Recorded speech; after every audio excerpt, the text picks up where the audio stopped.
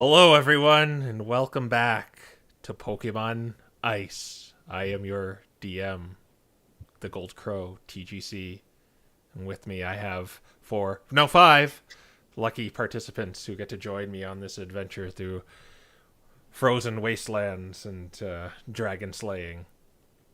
And perhaps we should just go on with the recap of last episode. Does anyone want to do it?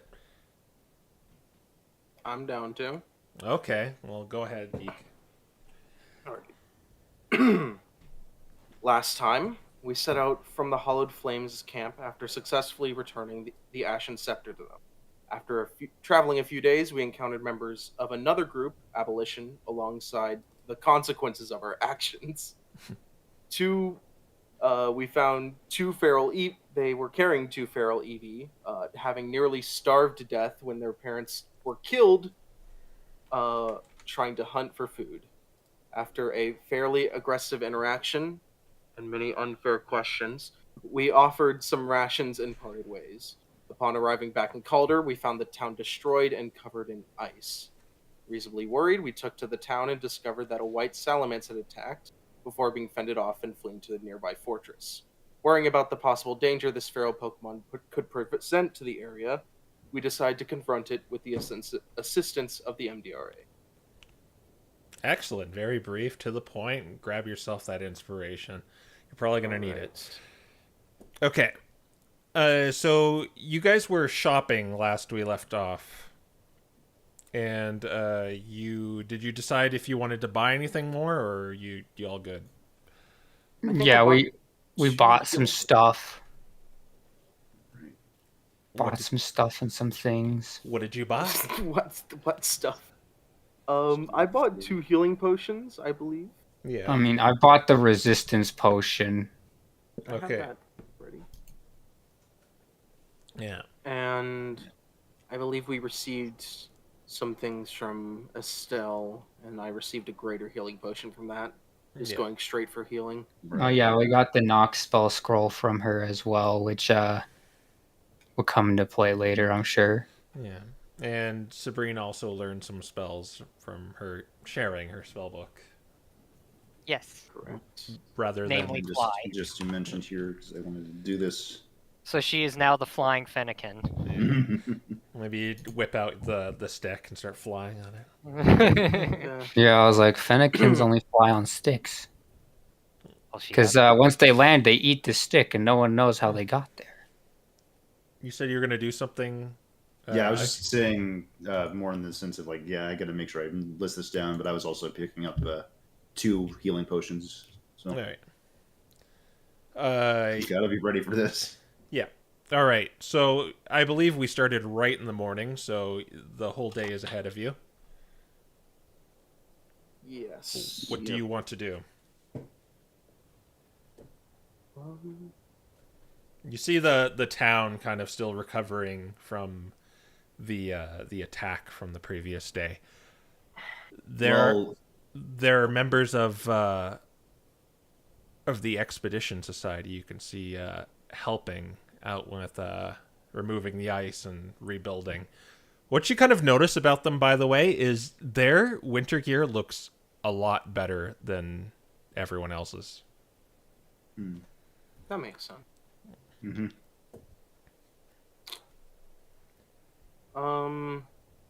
So, I mean, I know that Sabrina had a plan as to what we were going to do next, correct? Yeah. Something about either going here or going to the Expedition Society. Yeah, the plan was that we were going to go to the Expedition Society and check out if they were attacked by this white salamence. And while we were there, we were going to try to hire one of their associates to assist us. Or 2. Okay. So, should we just set out immediately then? Probably. All right. All right. I can remind you again, you are a lot safer behind this gate here. It means there won't be as many attacks. So if you're going fast, it'll be a D8, and it kind of goes up, basically. Okay. And if you're on a normal pace, it'll be a D10, and slow pace, it'll be T12s. Okay. Just before we head off, I do want to make one little note here. So, I actually want to swap off my infusion from my hand crossbow over to my regular light crossbow. Just Okay. That's fine. You can prepare any spells you might need to. You've probably already done that. Oh yeah, I'll go ahead and do that. got a lot coming up. I'll do that. I'll do that too. Yeah. You know? Definitely. Most should already have that. Well, ready okay, because- one of your members can prepare spells. How is that better? Well, that's- 1.5. Well, 2. All right. So you're going here, I'm guessing, or are you going to go to the cabin? Probably right here, since that's where they're hideout Yeah, is. I we're don't going think to their actual place, not the booze. Okay. yeah. We've never actually been to their actual place, so let's.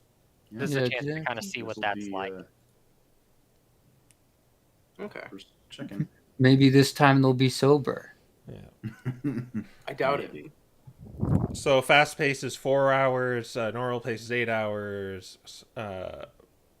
What pace did I forget? Slow is 16 hours. So we cut our movement speed in half, right? So it would take 2 days to get there. At a normal pace. If we want to go fast pace, I felt we go fast. I Okay. like fast. All right. So it's only a D8. 4, Okay. Yeah, 8, go fast. 16. What is that? Gotta 20 go hours to get there? fast, Sonic. I think it's So- 20 hours to get there. Ready All for right. the rolls, DM? Yeah. So the temperature isn't as bad here. Oh, and this wonderful. So we're throwing out some dates then. Yes, you are. Well, I am going to. Ugh, no. 7, 7, 7, Can we get the shiny? 22. Wait, what? Oh. 7. Hey, oh, come on. 7771. No. Wah, wah. This is why I use Dice Maiden. Okay. Did everyone do it? Yeah. Yeah. Okay. Triple sevens and a 1. 3 All right. 7s and a 1. Pain. So during your trip through, and you're going at a faster pace, feeling more secure in this environment, the weather begins to pick up in the middle of it, and you notice a blizzard start to form. All right. All How right. far along are we before it starts forming? About in the middle of it. Did any of you get goggles? Did I might have. I do, yeah. Yes, I have snow goggles. No. All right, well, You it's can- oh, fine. I You do, have I a do. you can ride the minecart. Okay. So this blizzard that just seemed to pick up throughout the day, you almost didn't see it. It just kind of snuck up on you, really. You noticed the wind kind of picking up in places, and then next thing you know, it's just getting harder and harder, and it's just kind of clawing at your face like icy claws ripping it apart. Losing So a tenth of our hit point. yeah, we're gonna roll a d10 for Dan. No, okay. So who has the snow goggles? It's Sinbad and Sabrina And Sigurd. and Sigurd. Okay, I want the three of you to do survival checks. Ah, yes. Wait, 3? Yes, because Advantage on you those? No, I don't have the eyeballs right now. Okay. You got snowflakes in your eyes. 5. 24 natural 20. Okay. 17. Where is it? Oh, this is gonna be great. So Sabrina, despite wearing these goggles, it's just kind of this blank white void you see, and just the silhouettes of your friends walking Okay. through this, with maybe just a paw or an arm raised up covering their face. But Sigurd and Sinbad, you're able to Oh wait. navigate through it, but just like vaguely, and you can keep on track with the going in the direction you want towards the Expedition Society. But it doesn't seem like the storm is giving up. I feel like there's something dragging on about this. We should keep going. No, there's just one thing that made the storm happen. Just one singular Uno thing. Yeah, I exactly. wonder Yeah. what one thing Gotta could be- happen to cause this thing. Is obviously the dragon. Yeah. Natural Yeah, weather isn't real. Yeah, Okay. definitely. Okay, but I will say it does slow you down a little bit too, which means we're gonna say you're kind of going at a normal pace now. Okay. Okay, Okay. Okay. that makes sense. Can I flavor Bree's goggles not working as them fogging up? Yeah, sure. Because she's a fire type. Yeah, just the eyes Like, the heat from her ears is causing them to fog up. to wipe them away every now and then. Yeah. Yeah. All right. So 8 16. Yeah. So you'd probably have to make camp like halfway through it. All right. So you lose a day. Ah, well. Yeah. No. Oh well. All right, but you have all the the hut and the good berries to get you through it. Yeah. But you more or less just lose a day out of it. So I'll say you get to the Expedition Society, just slow down a little. Okay. Okay. All right.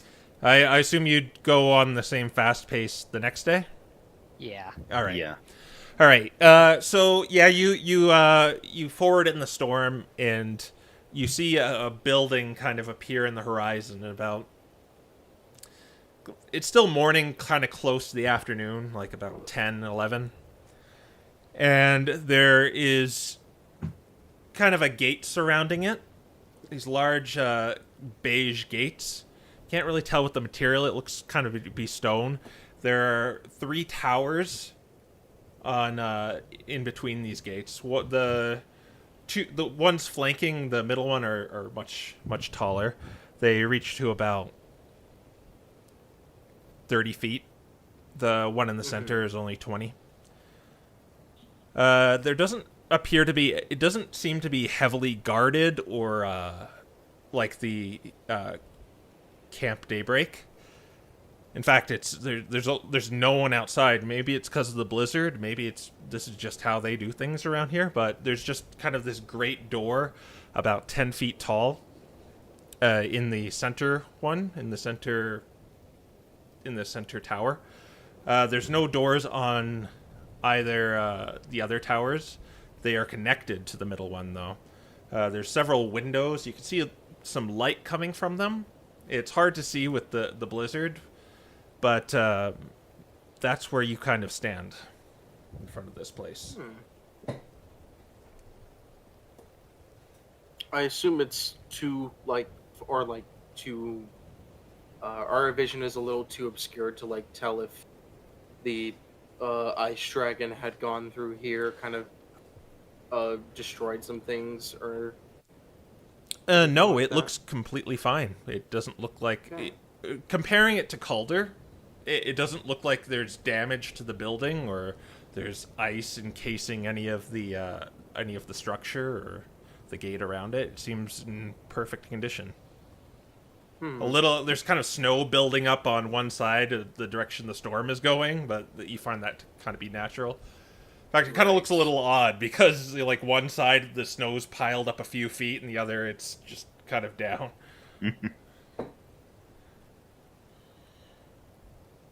okay. Well, if there's no one guarding the gate, Yeah, if the gate's unguarded, I guess we just Knock the door, not with the spell, with your fist. knock on the door, or is Knock it like on the door. is it like a metal gate or like a barred gate or is it like a big wooden gate? You said it was stone. It's Oh, a the stone. Yeah, it's a stone What was the gate. wall? The wall around the gate is stone. The gate is just like a simple metal gate. Knocking on it with mage hand. Because it's cooler than with your hand. How loud are you knocking? Loud enough to be heard over the whoosh. All right, you give it a few knocks, and it takes a little while. Actually, it's kind of aggravating waiting out in this this horrible storm, but you hear the door clack open, and it opens, and you see a ambipom heavily in this heavy winter gear. Like, you see this yellow puffy jacket and this fleece around the neck, and even the tails have gloves on them. And she says to you, "Are you new recruits?" Not really. We kind of came by just to check on the place. There was a town to the south, Calder. It got attacked by a white salamence, and we were wondering if there's any damage done here. It doesn't look like it, but yeah. Everything is fine here, right? Well, you could say that. I don't like keeping this door open, so why don't you come inside? Okay, thank you. From the back, just, what did she say? Just over the howl of the wind. She says come inside. Oh, good. All right, So so Aiden just sort of ducks past anyone that might have been there, just immediately trying to get out of the wind. yeah, some of the snow is like piling up inside. It's kind of hurrying you inside until you all come inside, and it's like a bit of an effort to push the door shut with the wind kind of blowing back on the door. But it eventually closes, and the howl stops. I guess we can reflect that in this thing here. Whew. Yeah, came out of nowhere. So, who are you? Just a bunch of, I guess you could call us independent explorers, investigators. We're looking into that whole, fires not being able to start thing. Yeah. That's why we're all here. But you wanted to know about the salamence, right? Yeah. Do you guys know anything about it? Oh, yes, we actually know a lot about that. We actually had a party come back from the fortress it was staying in. It was, well, if you guys want to deal with it? Well, yeah, that's our plan. Okay. I guess I should send you to the chief then. You mean Apollo?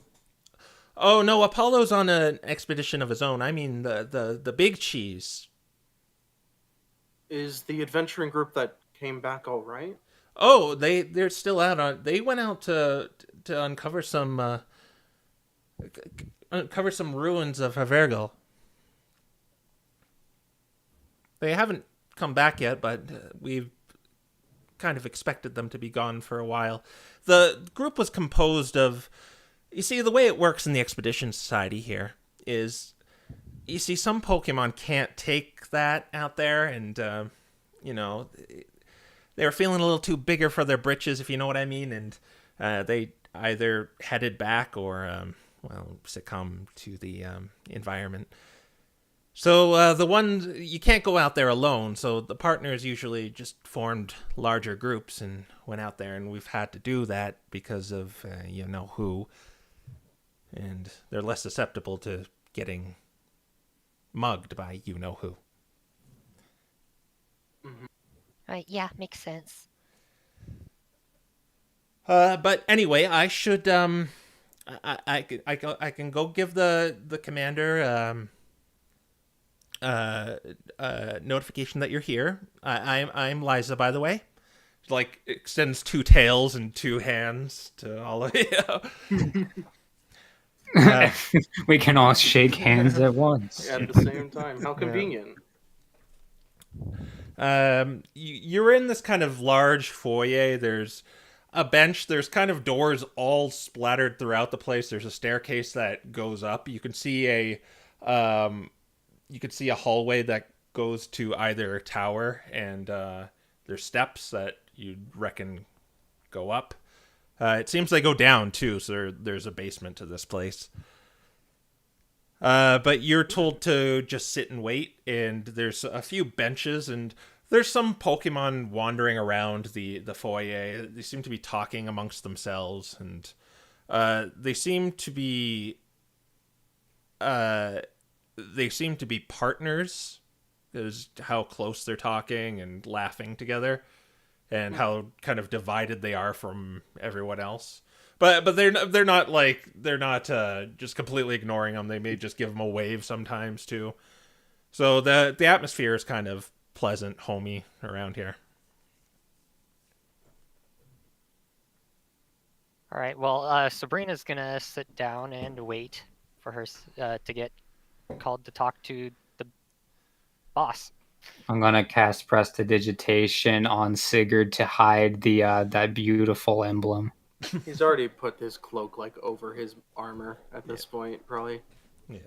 Sinbad's doing it anyway for extra fair. insurance. That's fair. Yeah, actually, Sigurd's gonna lean over to Sabrina. So you said we're attempting to bring along some of these members? Well, Or- whoever they can spare anyway. Well, that might be whoever's sober. Aiden I- looks up from the Mechagross while this is going on, since he's just kind of tinkering with it. Maybe, well, who knows? They'll find someone, but you said there's supposed to be a lot of people here with just partners already, so. Well, we'll just have to wait and see who they have available. I'd like to hope that they have a bit more integrity than to be drunk all the time, but Well, that's what we're gonna find out in about 5 minutes. I'm just worried they'd, do something rash. something rash. I mean, the worst they can do is just say we don't have anyone and send us on our way. Not the chief, the adventurers. I mean, Like what? well, these are all people here for gold and glory. I'm. Well, if that's what they're here for, then they might try and, I suppose, attack the dragon head on. Before Aren't we anything. supposed to be attacking the dragon to keep it from attacking us? Isn't that the point? Well, if we can resolve this without conflict, that would be for the best, right? How do you suppose we're going to end up doing that? Sigurd kind of shrugs. Aiden I'm gives sure- him a shrug back. Gives him a shrug back and immediately goes back to he's trying to fit like little canisters on the Mechagross just for later. I Like, mean, you I'm can see him. I'm Okay. sure that if we walk in and we let it eat us, there won't be any conflict. That sounds like nothing but conflict. And also awful. I mean, maybe it'll keep him satisfied for a month. And At then the we're very dead. least, we can try. Well, at think least I we can- get the approval of abolition. I think I can communicate with it, or with them. At the very Well- least, I'd like to know the reason behind it attacking the town, or behind attacking Calder. Well, these things are pretty. Well, assuming it's like the Glaceon, it seems that these things are pretty animalistic and act on instincts such as, territory, needing to eat, survival, that sort of thing. They're like salmon. In that case, we could use that to our advantage, try and get it to run off. Possibly. Make sure it won't come back again and bother. How can you Calder. guarantee that it won't come back if you scare it off? Yeah, it's not like salmon will come out of the water and eat you. Even a Magikarp, it can take out a salmon. This is I like mean, an entirely different situation. This is, well, Pokemon acting as though, yeah. I suppose there's no guarantee, but it's better than just running in recklessly and killing the thing. I think it's just I mean, it best is a to be Pokemon prepared. after all, is it not? I mean, it did run in and recklessly kill a bunch of people and Calder. Mm, And if Queen of Hearts did that, would we be like, oh yeah, this is fine? No, but that doesn't mean we should not give it mercy. Do we not give mercy to the thieves that have probably killed before and intend to kill again? I mean, I there mean, were thieves that nearly killed you, and we let them go. The thing about that is the thieves had to at least get back to their base, and they weren't much of a problem because we travel, and so do the Expedition Society and everyone else in groups. The dragon does not care. It will just kill you. I mean, can we be sure about that? I mean, we don't even know if we can effectively reason. I mean, the dragon did just walk in and kill a bunch of people the first time. The difference is with thieves, like even Dad mentioned. We're Or was talking it Dad? boys. We're kind of talking in circles at this point. Until we get there, we're not going to know what the Salamence is capable of. It's all a question of if Sigurd can even communicate with. I don't know. That's I mean, when no, I know we. Oh, excuse me. Liza comes back and says, "Okay, the commander's ready to see you." I thought he was the chief. Okay, chief, commander. Well, he's Commander-in-chief? He goes by Commander Yellow, but he goes by Chief where he's from. Fair enough. And Very cool. Bree jumps down off of the bench and just kind of walks over to follow. Yeah, so there's kind of this double staircase leading up, and you're in the middle tower right now. And you go to this hallway that leads to this kind of fancy looking door. And Liza walks ahead of you and gives you a bow and opens the door to this. It looks very much like Brunhilde's war room. Well, it was out in the open, but this one's like inside. There's like a map of the ice continent on the table. There's a few windows on either side. There's lots of books and artifacts around the room. A lot of ones like depicting that bird shape bust, and they're being preserved in these boxes that they look cold inside because you can see like the frost and rime on the edges of it. There are various artifacts too, like you can see necklaces in crates and staffs and various weapons kind of poking out of crates on the sides in this room. But the room leads beyond that table, and there's kind of a step that rises, and you see a tall yellow figure wearing like I said, very fancy winter gear that just kind of makes yours look like it's from the bargain bin. And there are two other figures next to him. One a red little lizard with a flaming tail. He's wearing a blue jacket, and one of those square-shaped winter hats with the little flaps on the side. And there's another one. You can't even really tell what it is. It's in a red parka, but it's so bundled up that you can't even really tell like what it is. It's quadrupedal, but it's just kind of this round parka with just goggles that you can't really even see through.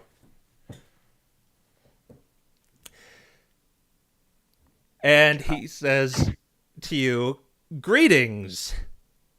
Liza tells me you're interested in the settlements that has attacked Calder."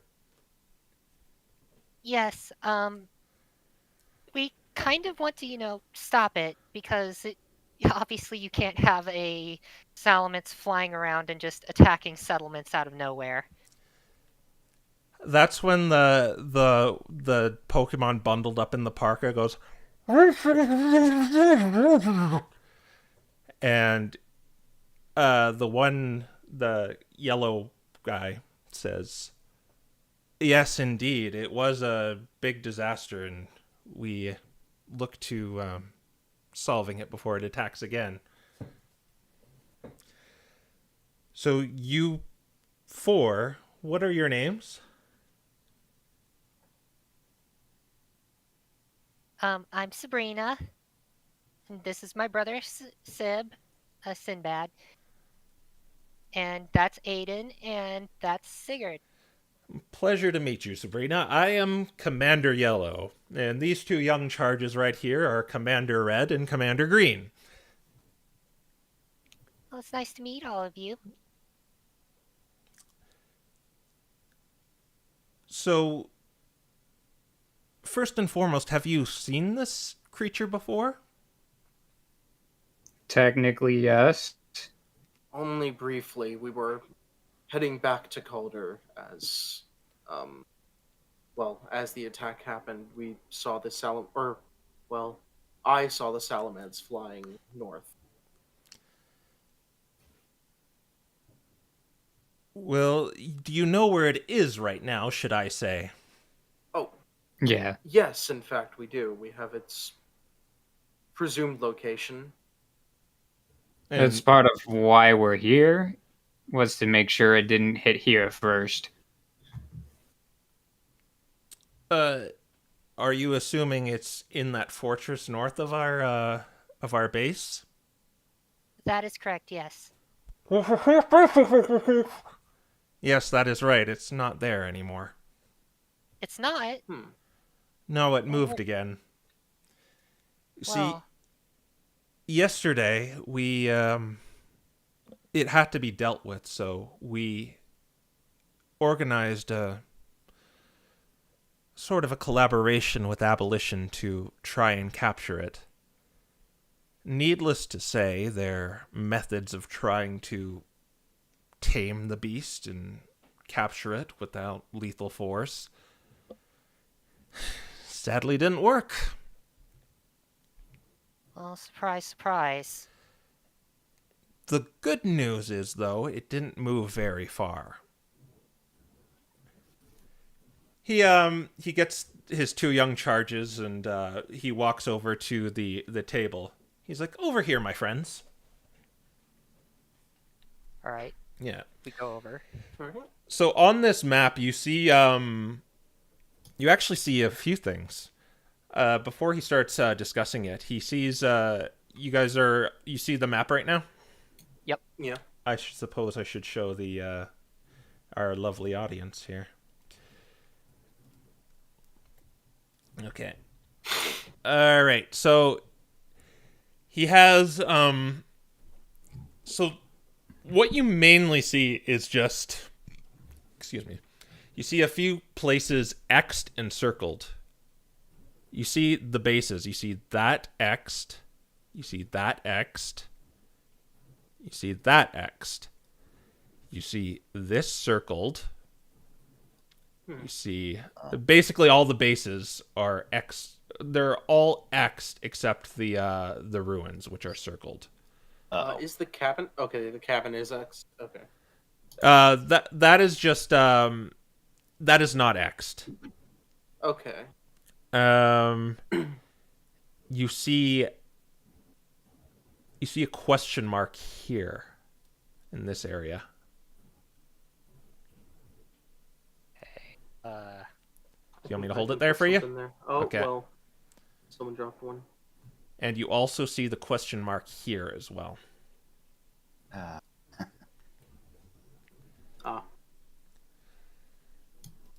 That's kind of what you notice at a glance. Oh, He What? got looks like he eaten. just got kicked or something. What? Hang on. Uh, Yeah, just I fell there. think I got kicked for some reason. Okay. Are you back? Yeah, I'm back. All right. So he says, we sent a few members to assist Abolition in the capture of the dragon. In good faith, as you've probably heard, our relationship is a little rocky with how they perceive our methods of going about things. But let's not get into that. The dragon moved to an island right there. How did I guess? Now, we have not explored that island, despite it being so That close. is not a dragon. We have not explored that island, despite it being so close. The reason being is we need to ferry across, and let's just say we're a little on edge due to the Queen's interference. And bringing a boat there would lay it open to be sabotaged. We can't bring many over there. Now, if you were to go over there, what do you plan on doing? Whatever we can to neutralize this threat. Well, I suppose the main question is, does the dragon seem like it'll leave, or does the element seem like it'll leave? Or is it content to stay there forever? Oh, it'll definitely leave if you pose enough of a threat to it. Well, my point is, does it seem like you've chased it to the point it doesn't want to attack settlements anymore? What I think is it's probably going to change locations again, and this element is a problem. I'll lay it out there. Now, Abolition is keen on capturing it. But we're only cooperating with them. Well, we only cooperate with them on those terms. If you're not recruits for the Expedition Society, are you, friends? Nope. No. You can... If you can, we'd like you to either get rid of it or deliver it to Abolition in good faith. Understood. But it's been fought a few times, and it's very slippery. No pun intended. Sabrina just kind of smiles.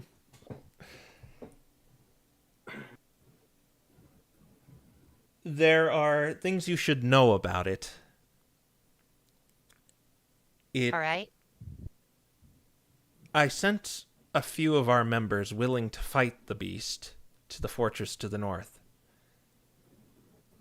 What they noted about these elements is it stayed airborne for a lot of the battle.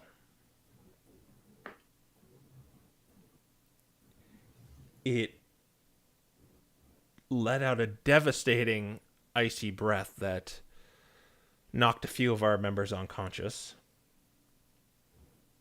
And once it saw the battle wasn't going in its favor, it flew away.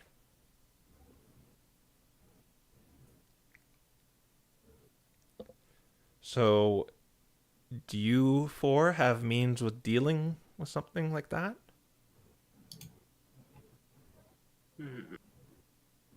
Well, I do. In a manner of speaking, if this weather keeps up, yes. That, yes, I realize that's a problem in itself. This weather will surely give it cover. Not from me. Oh?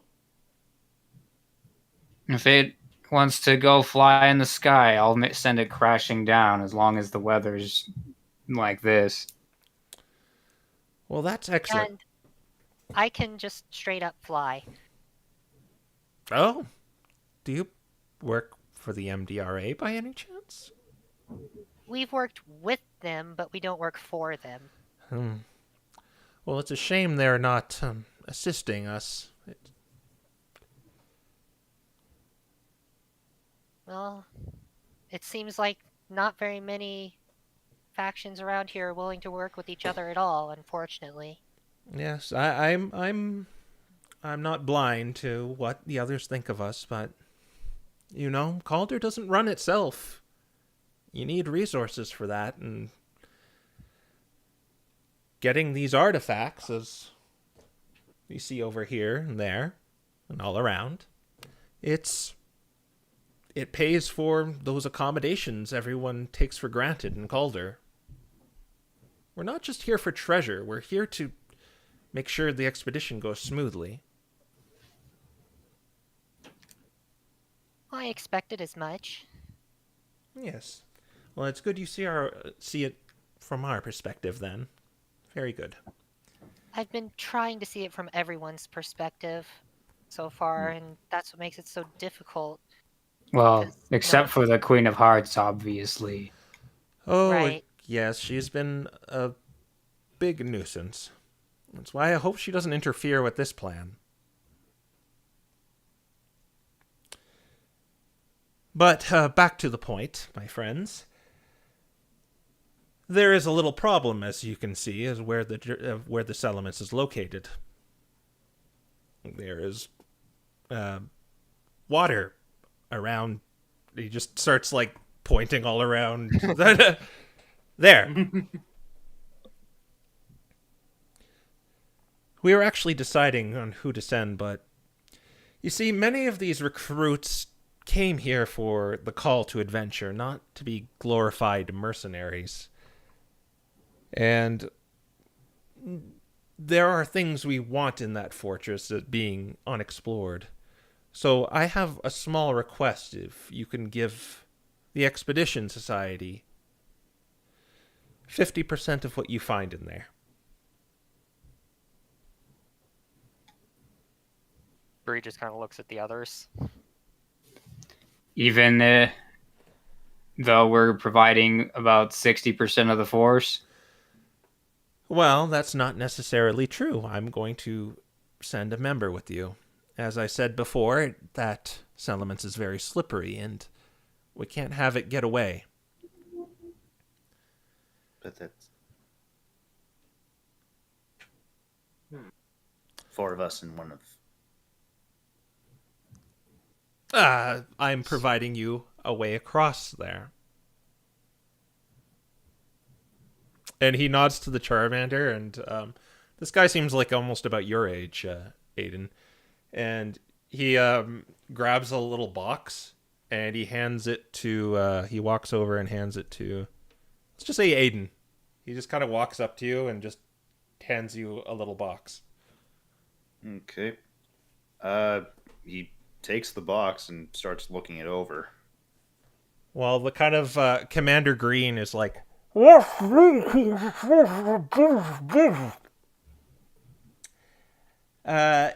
indeed. I didn't understand. Oh, she said that cube is really cool. All right, so just set that in the middle of the room. It's a development we've made to make sure the Queen of Thieves does not interfere. Okay. Now, stand back, my friends. And they're walking back about 15 feet away from this cube. I suggest you walk away. The Commander Yellow kind of like twirls around and walks in a circle a bit before he walks away from it.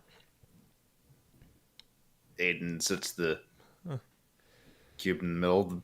room does as he's instructed. Now you just say the incantation. Row, row, row your boat.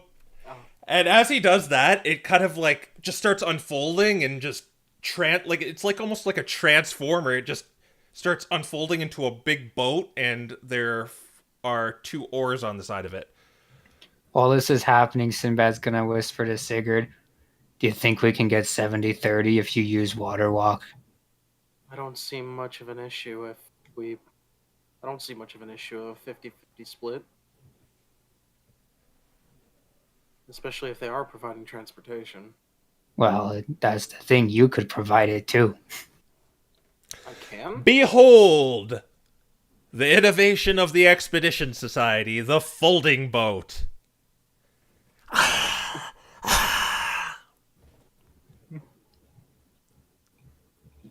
Most of the group is probably not looking anywhere near as impressed, but Aiden is now very, very curious as to how the heck they miniaturize this thing.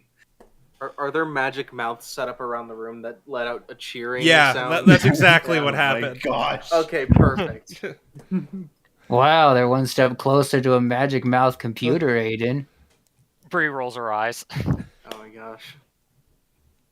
We were going to take this ourselves, but I suppose you can use it as interest.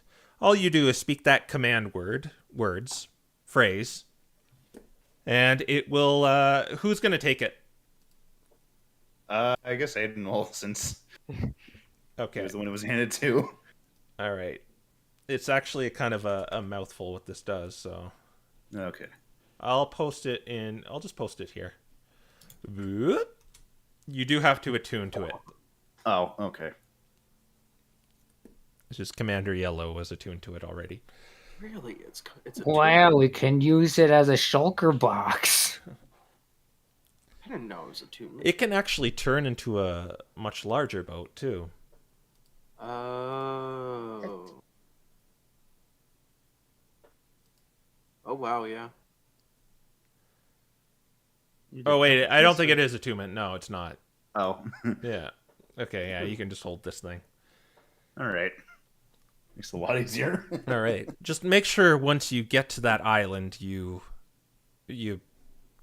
put it in your possession so it doesn't get sabotaged. Don't leave it in the water, please. Wouldn't Yeah, even I get it. And this, I mean, I wouldn't want the dragon blowing it up, even if we didn't suspect sabotage. That's a big part of it. Also, just wait. He's looking over the thing now and trying to fold it back into its little cube form. Yeah. You have to speak the command word again. Phrase. Wait. The command word to put it away is "life is but a dream." Yeah. Life is but a dream. Huh. Yeah, you should probably put it away. It's getting a little cramped in here. Life is but a dream. And it just kind of like turns into like a small 12-inch, 6 inches wide Oh, box. I get it now. And easily stowable away in your bag. He picks up the box and starts sort of looking it over. Is this magically made, or you've actually managed to miniaturize this? Oh, it's not magic. We're not the MDRA. We may have used a few of their resources, time, and here now and then, but this is purely ours. I guess you're using the prototype. Ooh. I hope. Yes, I do hope it floats. Wait, what? Oh, nothing. I suppose I should look into getting a member to assist you, and to maybe make sure you're actually giving us 50% of what you find. You understand, right? Yes, I personally agree to the 50% split. Yeah, I think that works, given the transportation was better than expected. we get to keep the boat. Yes, you can keep the boat. Tell us how seaworthy it is too when you get back. But it floated in the trial run, so you should be fine, friends. But as I said before, not many of the volunteers are keen on fighting this salamence. There is one I have in mind because there is an effective way I think we can deal with this. For now, you can stay in the guest rooms in the Eastern Tower, 2nd floor. Liza should be able to guide you there.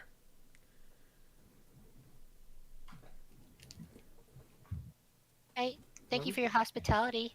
Yeah, I'll bring you back here but near evening.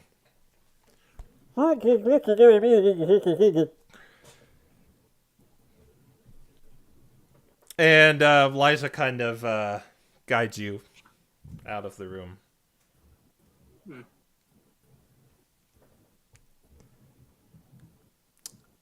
Yes, you were to stay in the guest rooms, he said, right?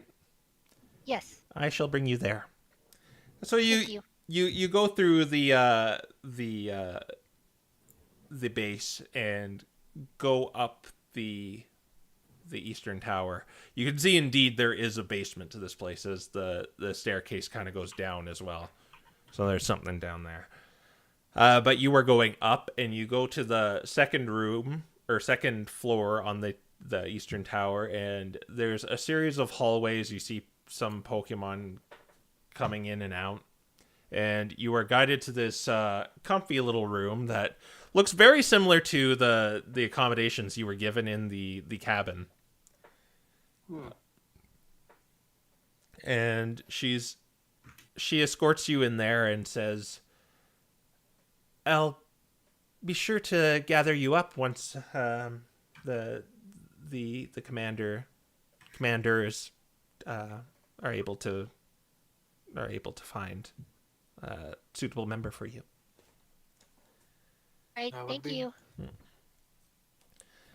All right, and now you are alone in this comfy little room. It has 2 bunk beds in it, and a window looking outside, facing Calder to the south.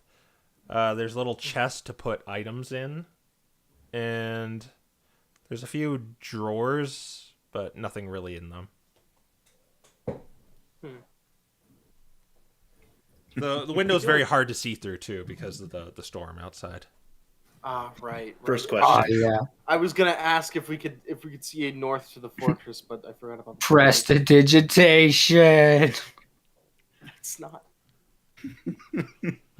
First question: is the room big enough for the boat?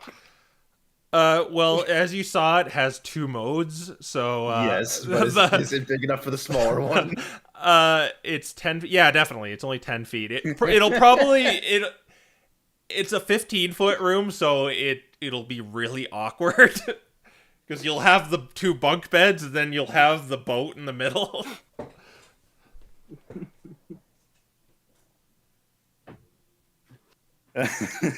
Well, he's still gonna do it anyways. You just hear him sort of speak out, row your boat.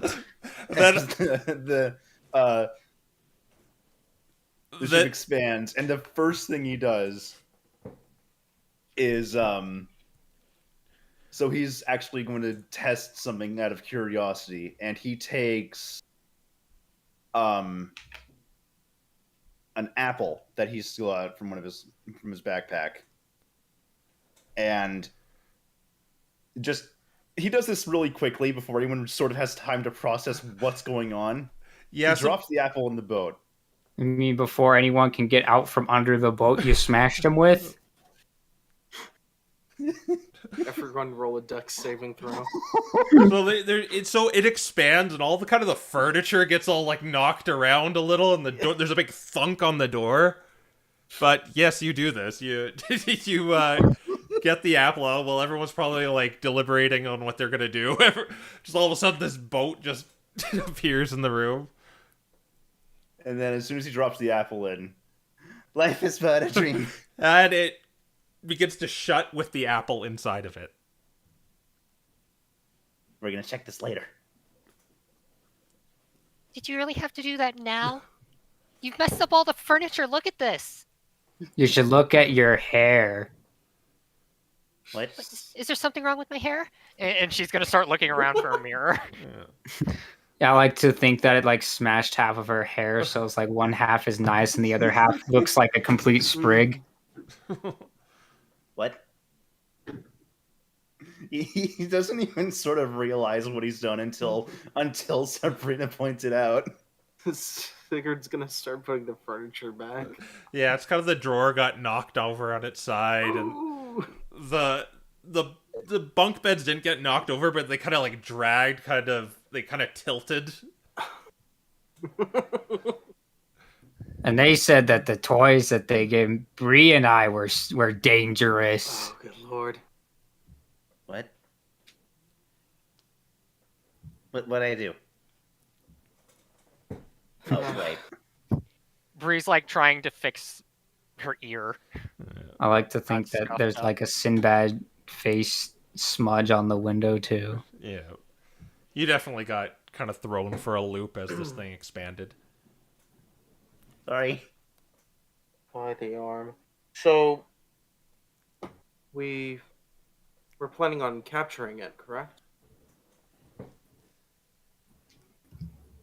If we can manage such a thing, I do not. If it fits in the boat. Bree just kind of shuts her mouth as she's interrupted, and she just kind of looks very unamused by it, but she doesn't say anything else. Actually, that's a good idea. I suppose that is an issue. Still, I'd rather it be captured than killed, even if it would pose more of a challenge. Perhaps we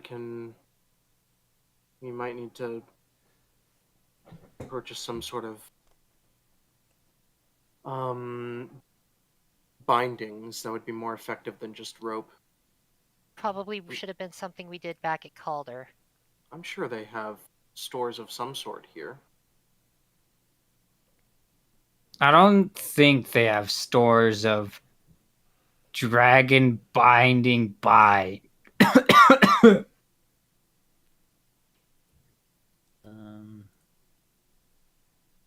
Heavy duty rope or chain would hopefully do the trick.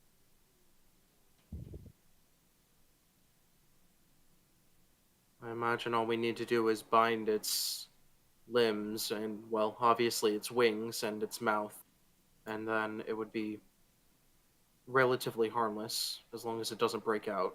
Oh yeah, that worked really well last time. What do you mean? He just kind of facepalms.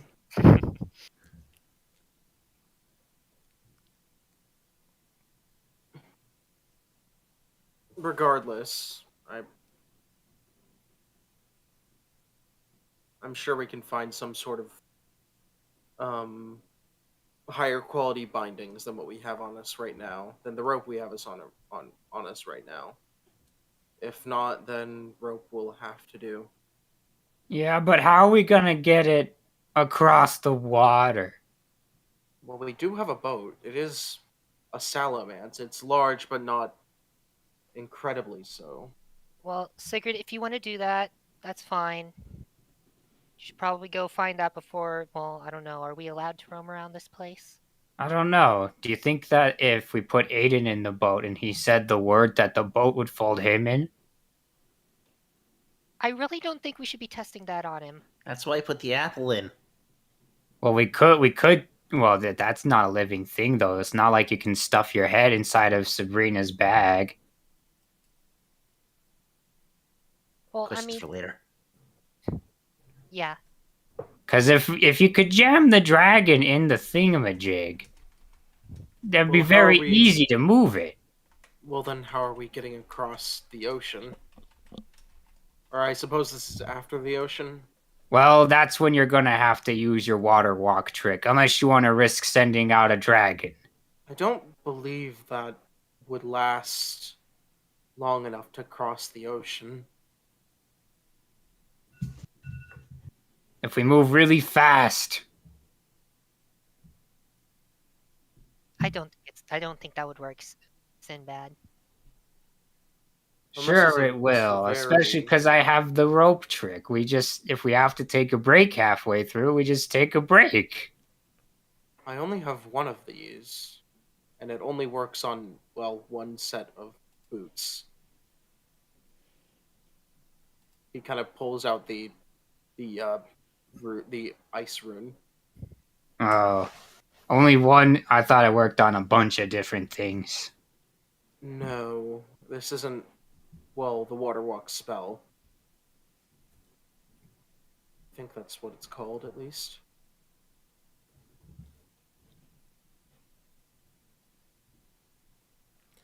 Are you guys done? I suppose so. They said how late is it in the day? You said it was like midday. Yeah, it's about midday. The conversation didn't last very long. You're kind of encroaching on afternoon, but you can't really tell because of the dark clouds and the You storms. said they'd be back by evening. Yeah, I think Sigurd's gonna go down and look for a shop of some sort. All right. Where Kinda you pulls. where are you gonna go in this place? There's kind of the steps that go up. There's the middle tower that kind of just leads to the commander's room. There's the, yeah. Sorry. There's the room that kind of there's the basement in either tower, and that's kind of what you got to work with right now. Actually, the first place he'd go. First of all, he's gonna pull the cloak back over well, I guess it was already down, but just gonna double check that, and he's going to after making sure it's kind of like covering the emblem, he's gonna head downstairs, and he's actually gonna go to the entrance, given that he can find his way back easily enough. Yeah, it's pretty easy to navigate this place, find your way back. Most are He's just just- hallways that lead to a staircase, and Yeah, is there anyone in the like main lobby or anything like that? yeah, certainly. There's Okay. there's some you see a bunch of Pokemon kind of around speaking with each other and coming and going. Okay. He's probably just gonna walk up to the closest Pokemon he can find. Just kind of give a small wave. Greetings. You see a Hitmontop, and he says, "Oi, how goes it?" Hello. I'm well, not from around here, and I was wondering if there's any sort of shop in this. Oh, certainly, Yes. it's downstairs. Oh, perfect. Thank you. But do you have your badge on you? No. Oh, then they're not gonna let you buy anything. It's only for Expedition Society members, volunteers, whatever you want to call us. Ah. Okay. All right. Thank you. You looking for something? Yes, just general supplies, rope or chain, but I'm a visitor. Just taking on a job temporarily. I'm not a member of the society. That's all you need, all right? He nods. Well, I guess I can lend you a hand. I can go with you and help you buy it. That would be appreciated. Name's Rocky. Your name's Rocky. Sigurd, nice to meet you. Yeah. Okay. I'll take you down there, and it's just ropes and chain, right? I don't want to get in trouble. You can't get any of the gear. That might get me sent back to the air continent. No. Just probably chain, as long as it's not too expensive. All right. Yeah. So Rocky takes you downstairs through the meandering hallways, and he Alright. brings you to this kind of like large venue where you see a lot of Pokemon down here. There's a lot of stalls where they're selling these very fancy looking wares. Mhm. And he takes you to just kind of this kind of general store-ish looking stall with the Raichu running it. And your intent is just to get chain and rope? Let me see. I should probably check how much it costs. But I think the intent is probably just going to be chain, yes. Alright. Maybe chain and rope. Let me go to the D&D catalog. Of course, it's PDF. We're looking for chain. Chain 10 feet. Ooh, that's expensive. Yeah, 5 gold. Or, Ooh. yeah, 5 That's gold. what you use to make magic mouth computers.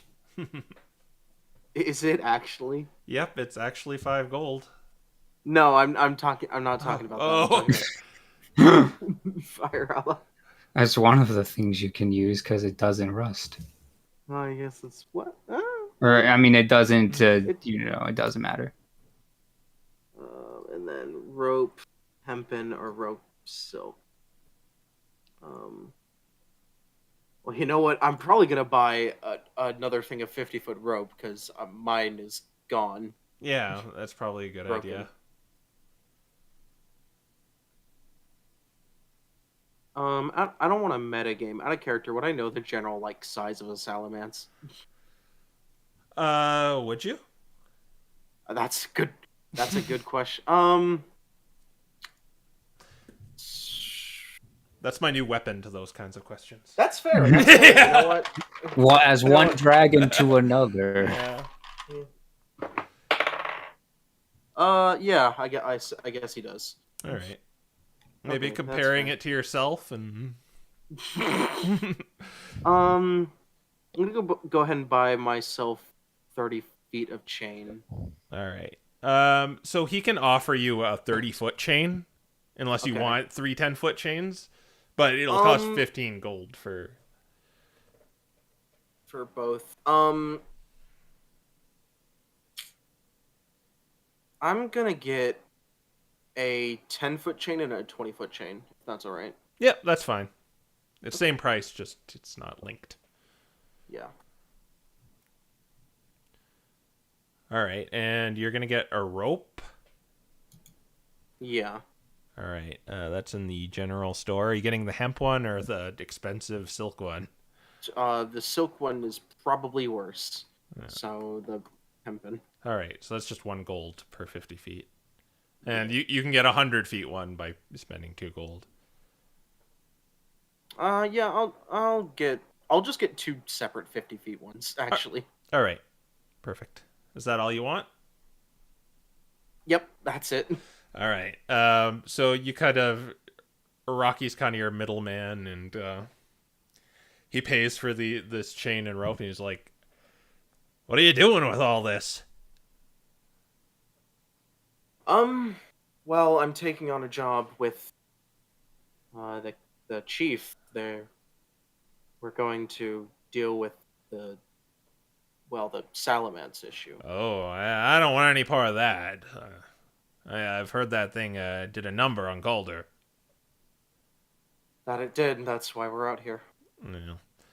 Well, I hope I see you again. All things considered, what you're doing. I suppose I'll see you when I return. Best of luck to you, Sigurd. Thank you. You too. And he kind of guides you back up to where you were before. You're near your room. Did anyone else want to do anything around here? Not really. Do we feel like exploding the book again? No. In the room. I mean, we'd go outside, but yeah. Please do. No. No, Bree doesn't even have Dispel Magic prepared right now. Yeah, it's a- but we it's a got ritual knock. Cast. We got It is knock. Yeah, Dispel Magic's a ritual cast. Oh no. No, it is not. Yeah, it is. It is. It's not. Is it not? It is not. Okay, Here, so I will prove it to you. Really? you're just waiting out the day, right? Huh. never Yeah. mind. Yeah. Okay. So you kind of sit in your cozy abode, maybe discussing of how you're gonna take this thing on. Sigurd comes back with a lot of rope and a lot of chain, and you probably can guess what he's planning to do with that. Considering your mission. Yeah. You want to put that in the boat too? Not. We'll put it in when we get to the coast. Okay, and Eliza comes back and says, "The commanders ready. The commanders are ready to see you again." Oh, I gotta get used to that. All right. Thank you. All right. And she brings you back to that room. The commander Yellow was in, and sure enough, he's waiting there for you, sitting around the map with his 2 young charges. Ah, good to see you again. We have arranged the member who is you're going to take with you.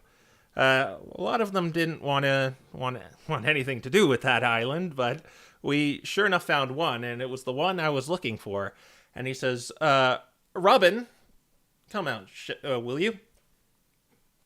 And you see a creature walk out, a grey creature with a kind of looks like jam is splattered on its face, with a purple feather sticking out of its left ear. It has purple claws, two claws on them. Its arms that also look like jam has been splattered on it, with a feathery tail.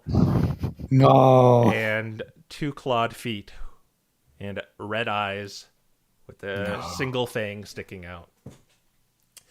And how would you describe Robin, Alex? She probably has this nothing absolutely phases me face, but not in a negative connotation. Not as if she's jaded and absolutely done with everything, but more like she's in a constant state of chill and nice, to put it simply. She has this soft smirk, not really with any second intentions, just vibing with everything and everyone around her.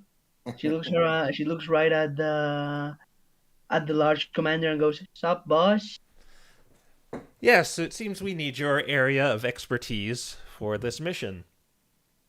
And you know what you're getting yourself into, right? I figured as much.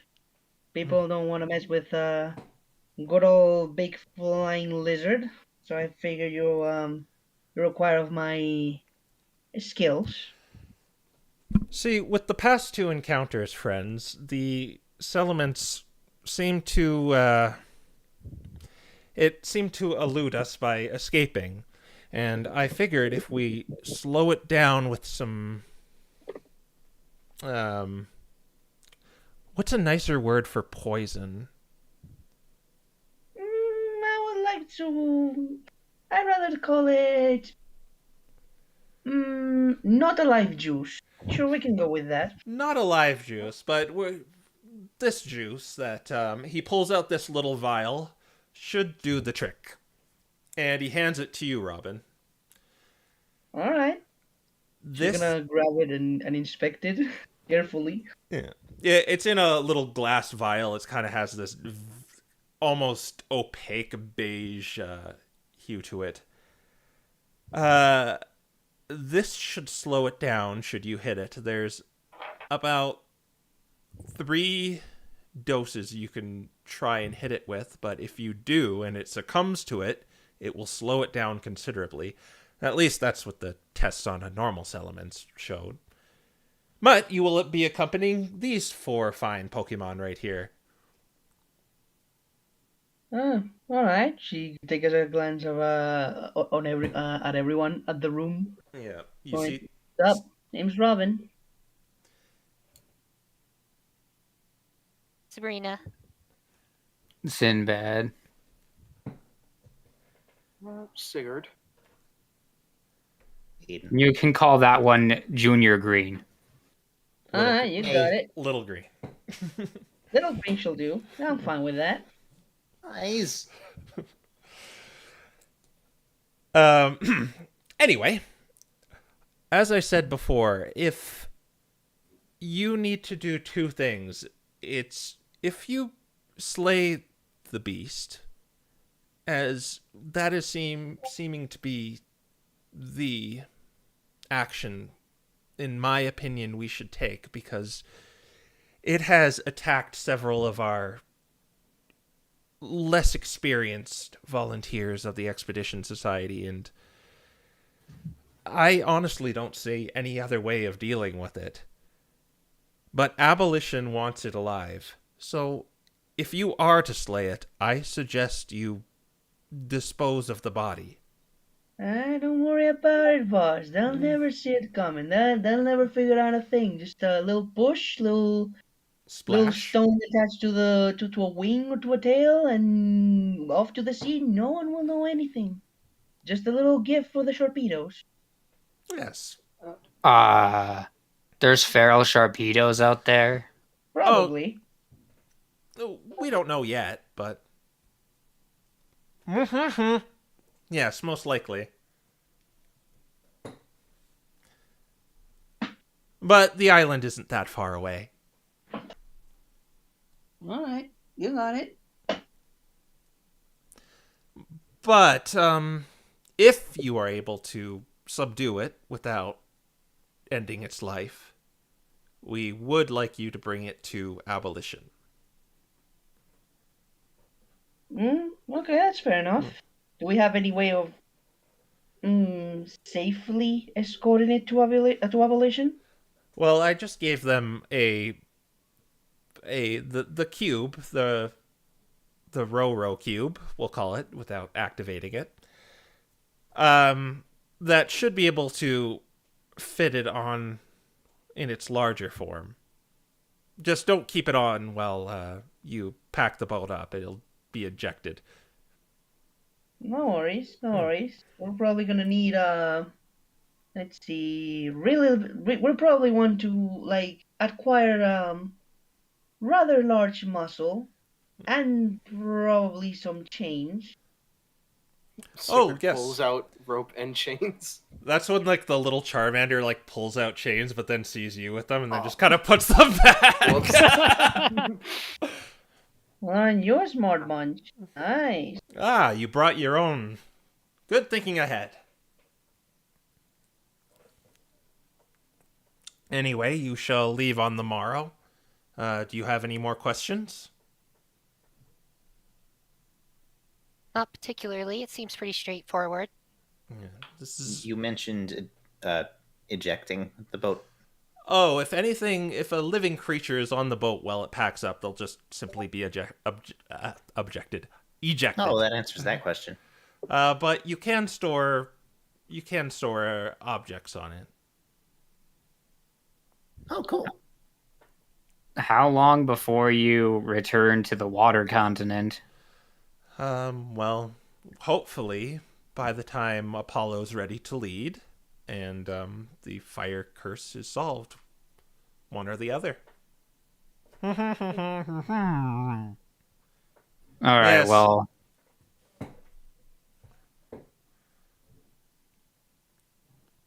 you go first, Commander. Oh, I was just about to say, go ahead and ask any questions. I'm all ears, friend. Oh, that was the main one. I just wanted to know if you'd be around by the time we got back. Oh, we're going to be here for quite some time because, well, frankly, Apollo is still learning. He's got a ways to go, but I'm sure he'll be a fine leader for the Expedition Society on the air continent. Yeah, Have you met him? We have actually. Yes. Rather briefly, but Yes, I see a bright future ahead of him. he did seem to be in a state of sobriety when we met him, as opposed to many of the other members. Oh, at the cabin? Yes, it was at the cabin. Oh, so they were.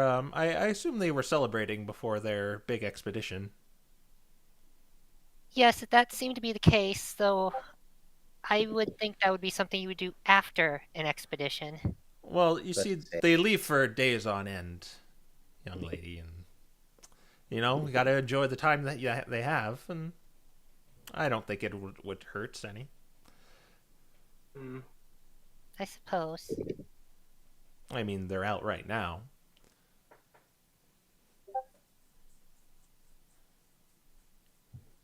Sabrina doesn't really have anything to say further. Oh, they're still out. Yes, they're not set back to. They're not to head back until still another week or so. Where have they gone, if you don't mind me asking, or is that, confidential? I believe it is the latter, young lady. All right. I won't pry any further. No offense or anything. It's just Oh, no, I understand. yes. All right. What about you, Robin? Do you have any questions? Nah, not particularly. No, just no,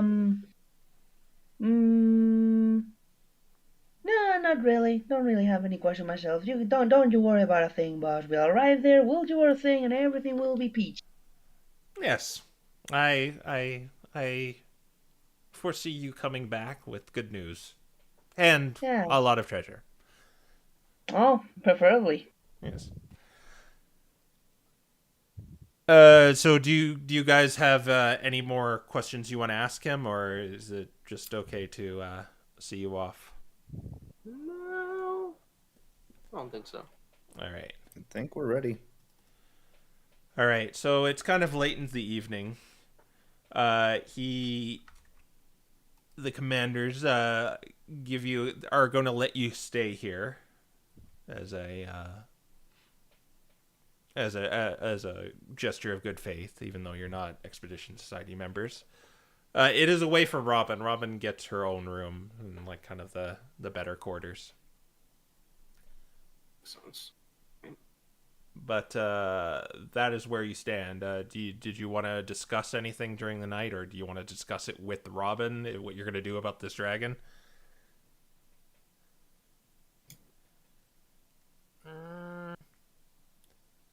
Probably something better to discuss with Robin. Yeah.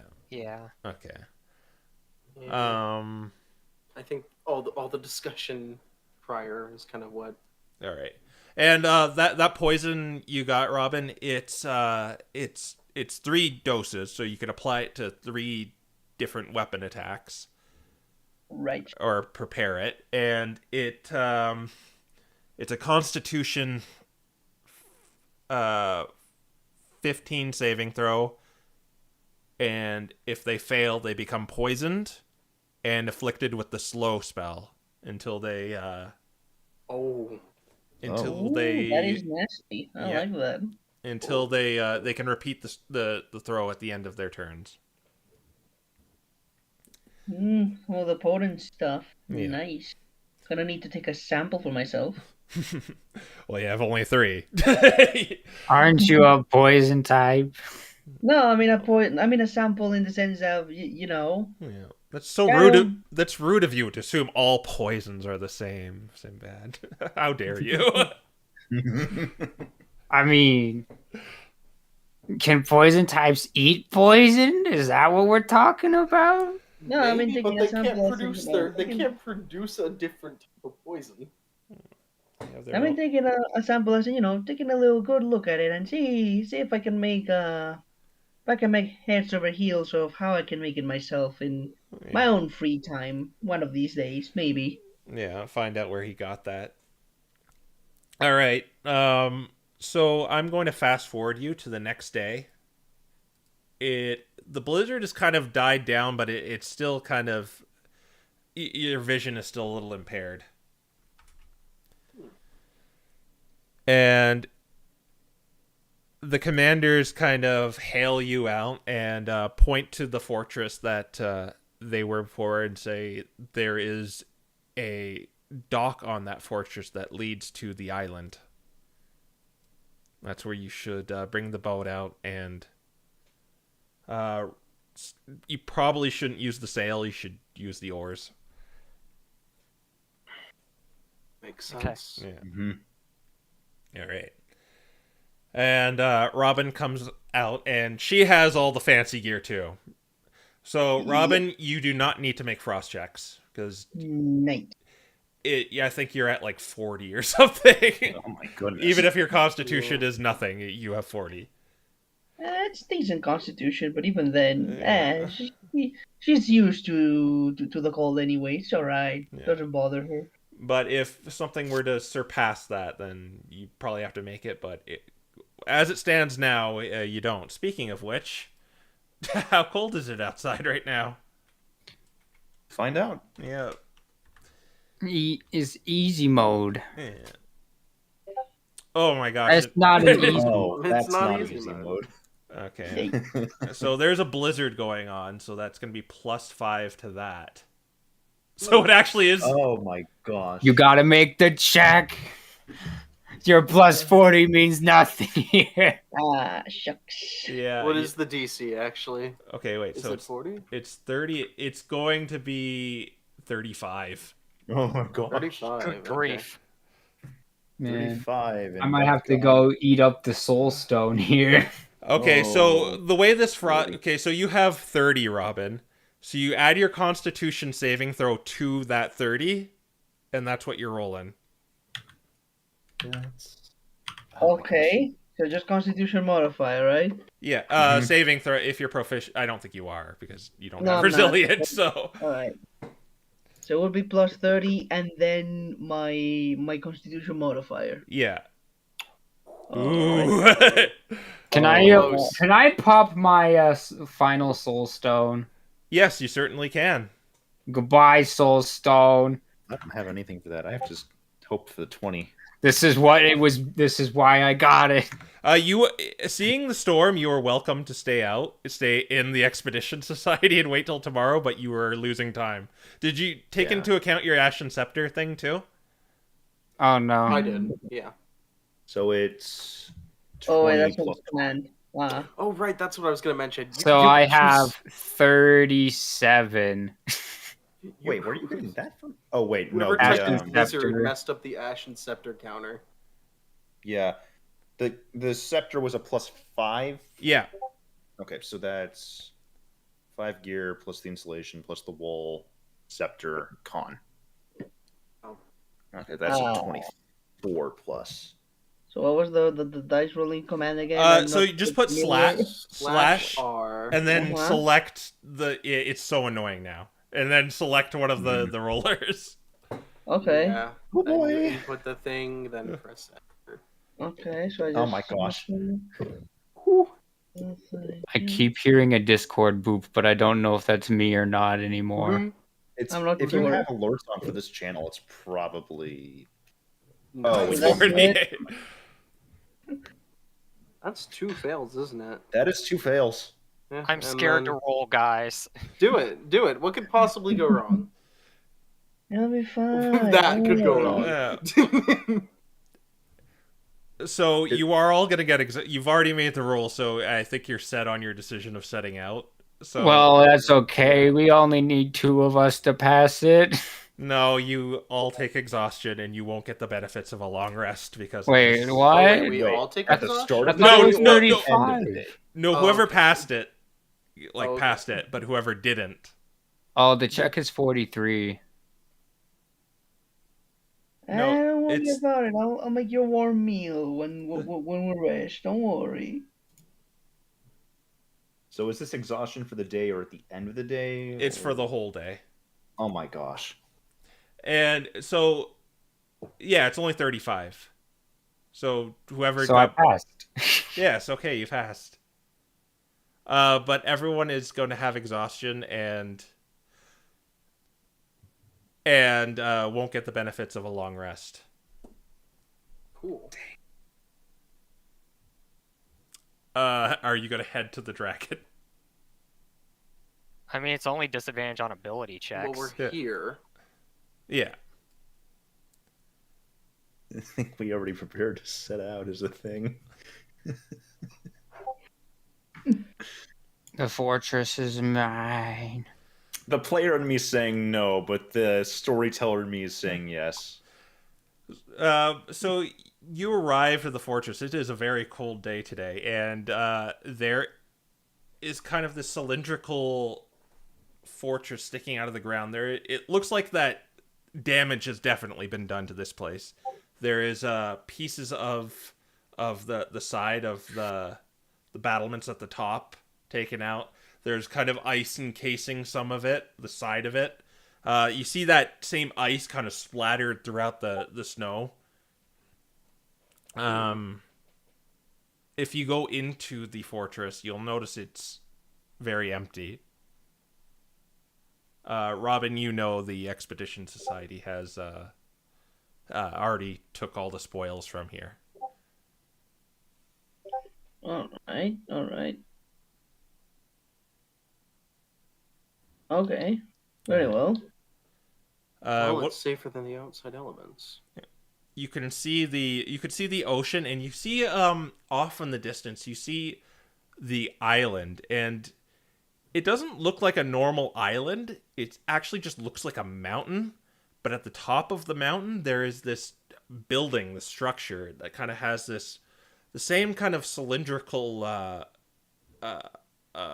fortress that you're in now, but there's another square shaped one on the side of it that kind of goes a lot higher, and you can see a little chimney sticking out of it. Is the chimney on? No, there's no smoke coming from it. Oh, would you Hey, that takes me back, doesn't it, Sigurd? What, to the... He's talking about the chimney. Ah, Interesting. I don't believe we'll have to...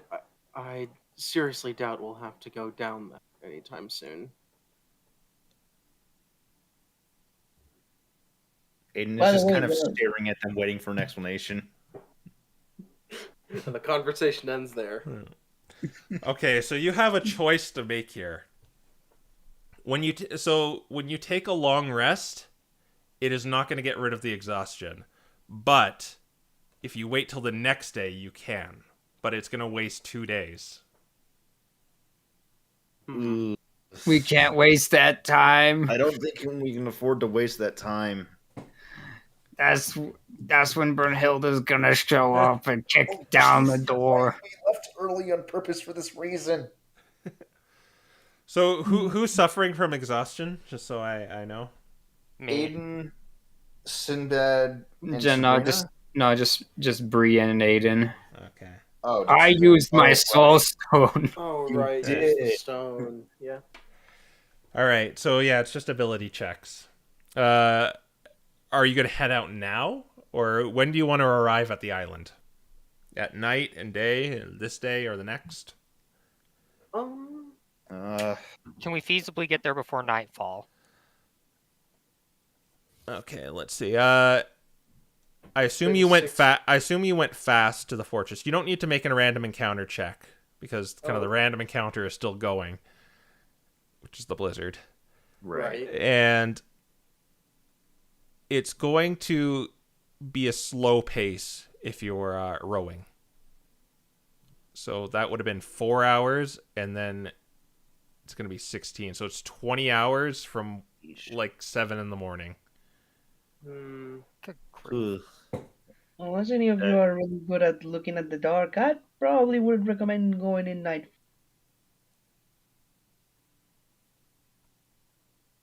I think we're gonna have to wait till the morning then. Looking at Yeah, the... if it's gonna be 16 hours just to cross that little bit, then Yeah, it's not 16 hours just to cross it. I mean, it's like you going across land and getting the boat all set up and you know get everything. that's fair. Yeah. Not to mention.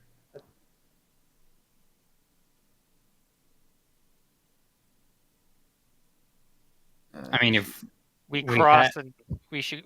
I think we should cross and then rest when we get there.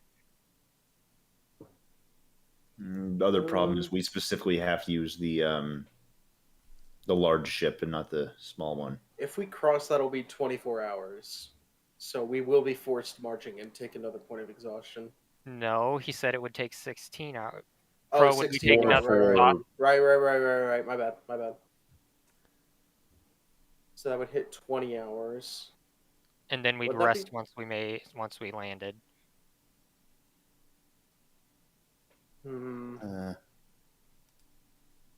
Would 20 hours be a forced march? If you're going slow, then no, because only I assume only Sigurd and like Mecha Gross maybe rowing. All right.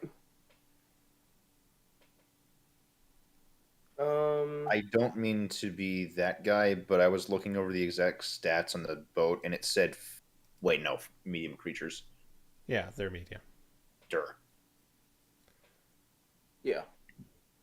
Yeah, it works. It said 4 medium creatures comfortably, and I forget that everyone else is small. Yeah, that's Well, that's also for the small boat. The large boat. Yeah, we only really need the small boat right now. So That's let's true. just. We're Yeah. trying to be sneaky. Okay. I thought we had to use the large one for some reason. No, we don't. Yeah, I mean, if we can. we can for the return if we do plan on capturing the salamins and return it, but otherwise we don't really need the big one. Yeah, I just thought for some reason we needed to use the big one on the way I there. think the big one will probably go like this way. All right, so I think we're gonna head out, Crow. all right. You're gonna go straight. You're gonna just go straight to the island from like there to there. Yeah. Okay. So can Sabrina rest on the way there since she's not actively rowing and she's not walking? The thing is kind of the exhaustion carries over to the next day, so you kind of need Okay. 2 days to get rid of it. All right. Let's go. Yeah. All right. Why don't you all roll me some wonderful encounters? Since you're going a slow pace, everyone roll a d12, including Alright. Robin. Natural one immediately. Oh! Speak of the devil. I got a natural 12. It's fine. I mean, you're the one who willed it into existence. I blame you. Okay, so D12. Reroll the Yeah. parser. What do you D12. expect? Well, you did too. Yeah. Okay, And a 7. lucky 7. We got a lot of 2, sevens. 1, This 10, 7, 7. Yeah, You 1, 4, all right? 10, 7. As I assume just Sigurd and Mecha Gross are rowing, or maybe Sigurd's doing it himself. There's only 2 oars, so I'd assume maybe just one person is doing it. Yeah, I I mean, guess so. Mecha Gross could do both at the same time, right? Maybe he can. He has like a rudder on potentially. him, so you can. Good, yeah. Yeah. We're taking turns. Okay, so a 12 And and a a 1. construct skill, so. A 12 and a 1. All right, I can work with this. Oh lordy. Oh no, that means they didn't cancel each other out. All right, so you all board the boat. Thank God it's seaworthy. It floats, and you all get on. There's a little bit of a rocking. You know when you get on a boat, anyone who's gotten on a boat, and you get that weird inertia of like, oh wow, this is wrong. You guys get that, and but it's still staying afloat. You hear that rocking of the water and kind of splashing against the side. Where's the apple I threw in earlier? It's right there, and it's in perfect condition. Awesome. Yeah. I'm just gonna take that back. Yeah, let's get this. Meanwhile, on the way there, Robin is like trying to read a book that reads The Little Roly Collie That Could. Oh, it seems that you left. Yeah, there we go. Ah, yes. Yeah. Of course. All right. You board the boat. Sigurd gets on the oars, and you start rowing out to this island, and it just gets bigger and bigger as you get closer. But while you are rowing, everyone do a perception check, and Sabrina and Aiden do it at disadvantage because of the. Oh. Well, actually, everyone who doesn't have snow goggles also do it with disadvantage. Oh, so I just double disadvantage then clearly because I don't. Yeah, they don't stack, so you just have normal disadvantage. Yeah, I know. It Suppose just I can't plead Oh, okay. the fifth Okay, and use passive, right? 4. All right. Perception. 4 as well. Dirty Yo. 20. 2d20. Okay. You've been carrying with the wisdom rolls today. Oh wait, I forgot about the mod. Just- Wow. He's still got a 16. Robin, you have these goggles as well. Okay. Because So that was 25. a 15. All right. 25. Well, yeah. Ranger. 25 and 20 are our highest. So Robin, Aiden, and Sinbad, you see kind of off to the left here, to the west, there's a small island with a treasure chest on it. Looks very similar to the one where you found the grapple shot. And then there's a little sign you can see next to it, and you of course can't really make out what the sign says, but you see it pitched next to the treasure chest. Ooh. That's why the dragon's there.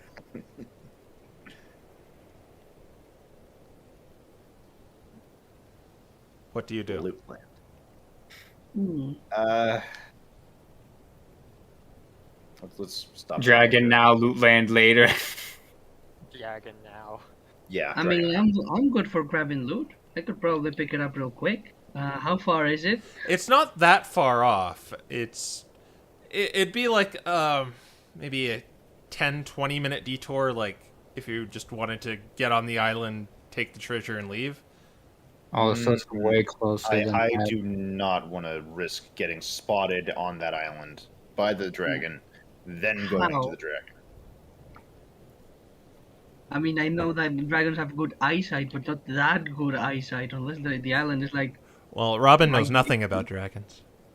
No, that's fair. That won't stop her from... That won't stop her from... She's like, is it shiny? Yes or no? I won't stop her from having preconceived notions. Or bias. That's fair. Okay, whatever you guys want. Well, it could have something that could help us, or it could be a trap. Or it could be both. I don't trust the sign there. I mean, if we can get within 30 feet, I can probably, like, poke it from a little distance. See if we're fine.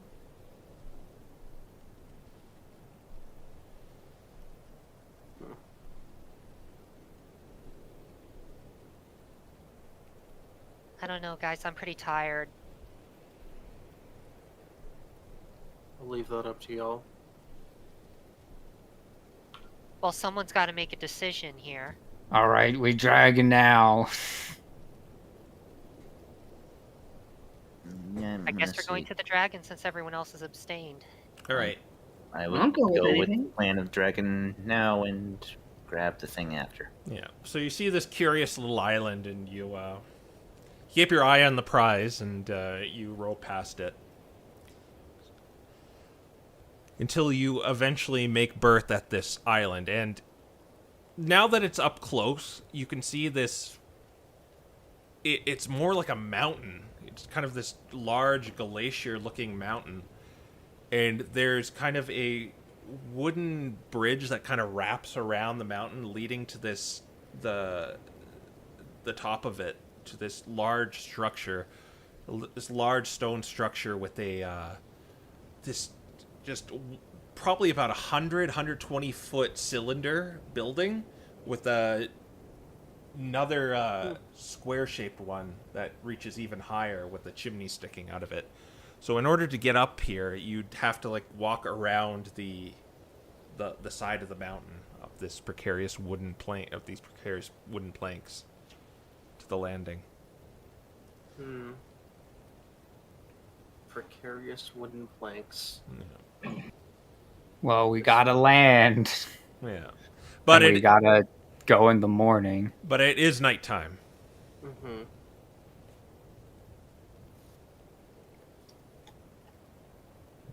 I doubt we want to camp out on the boat.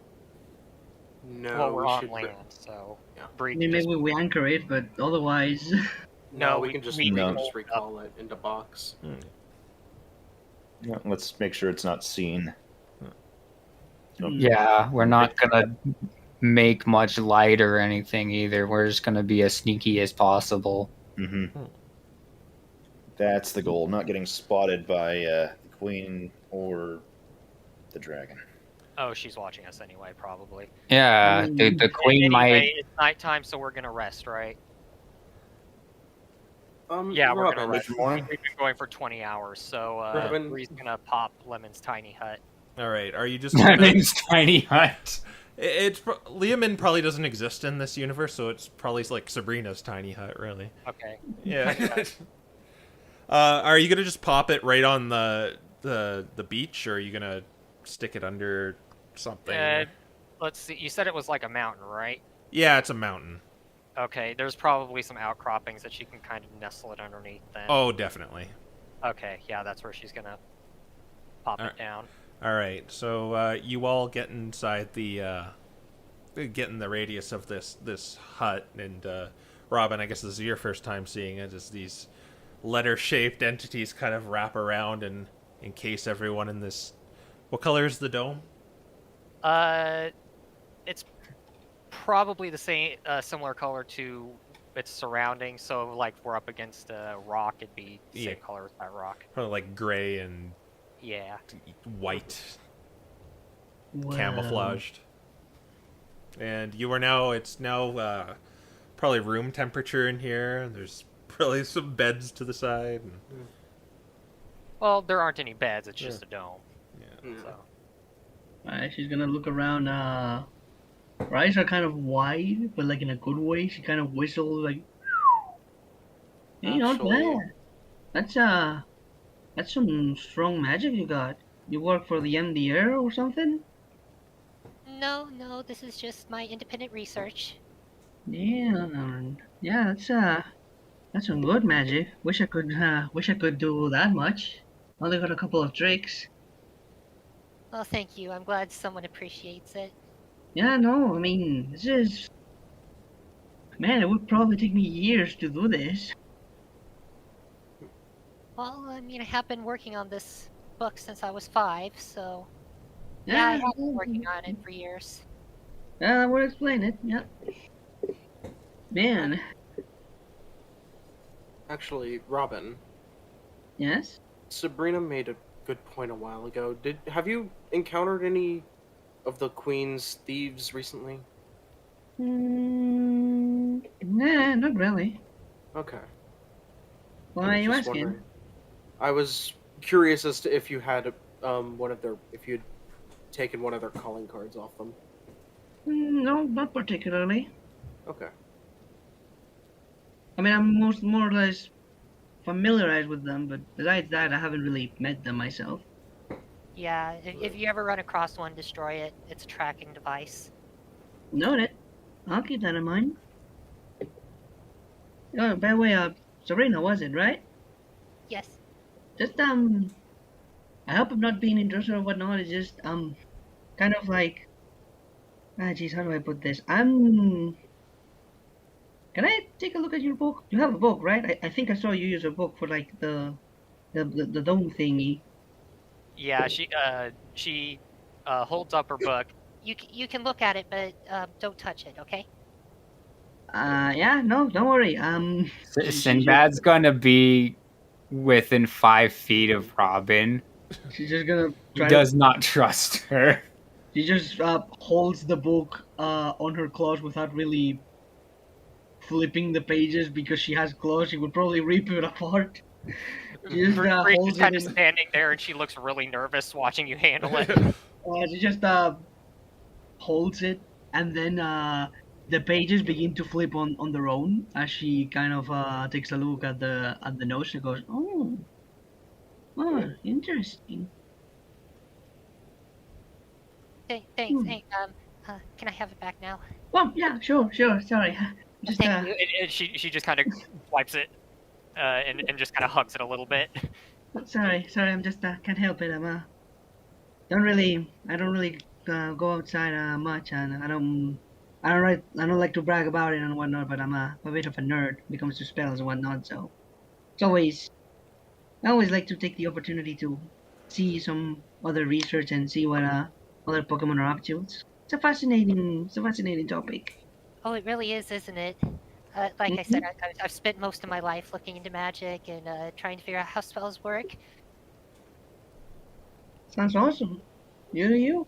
I mean, I know I wish I could do that. The most I can do is just she kind of holds her claws and does a little hand gestures, and then little purple mage hand shows up and gives a thumbs up. That's about as much as I can do. Oh yeah, I can do that too. And she creates her own, but it's more of just kind of a transparent hand that you can barely see. Ooh, righteous! And then she just tries to fist bump the other mage hand. Mage hand fist bump. Bree complies. Yeah. Sweet.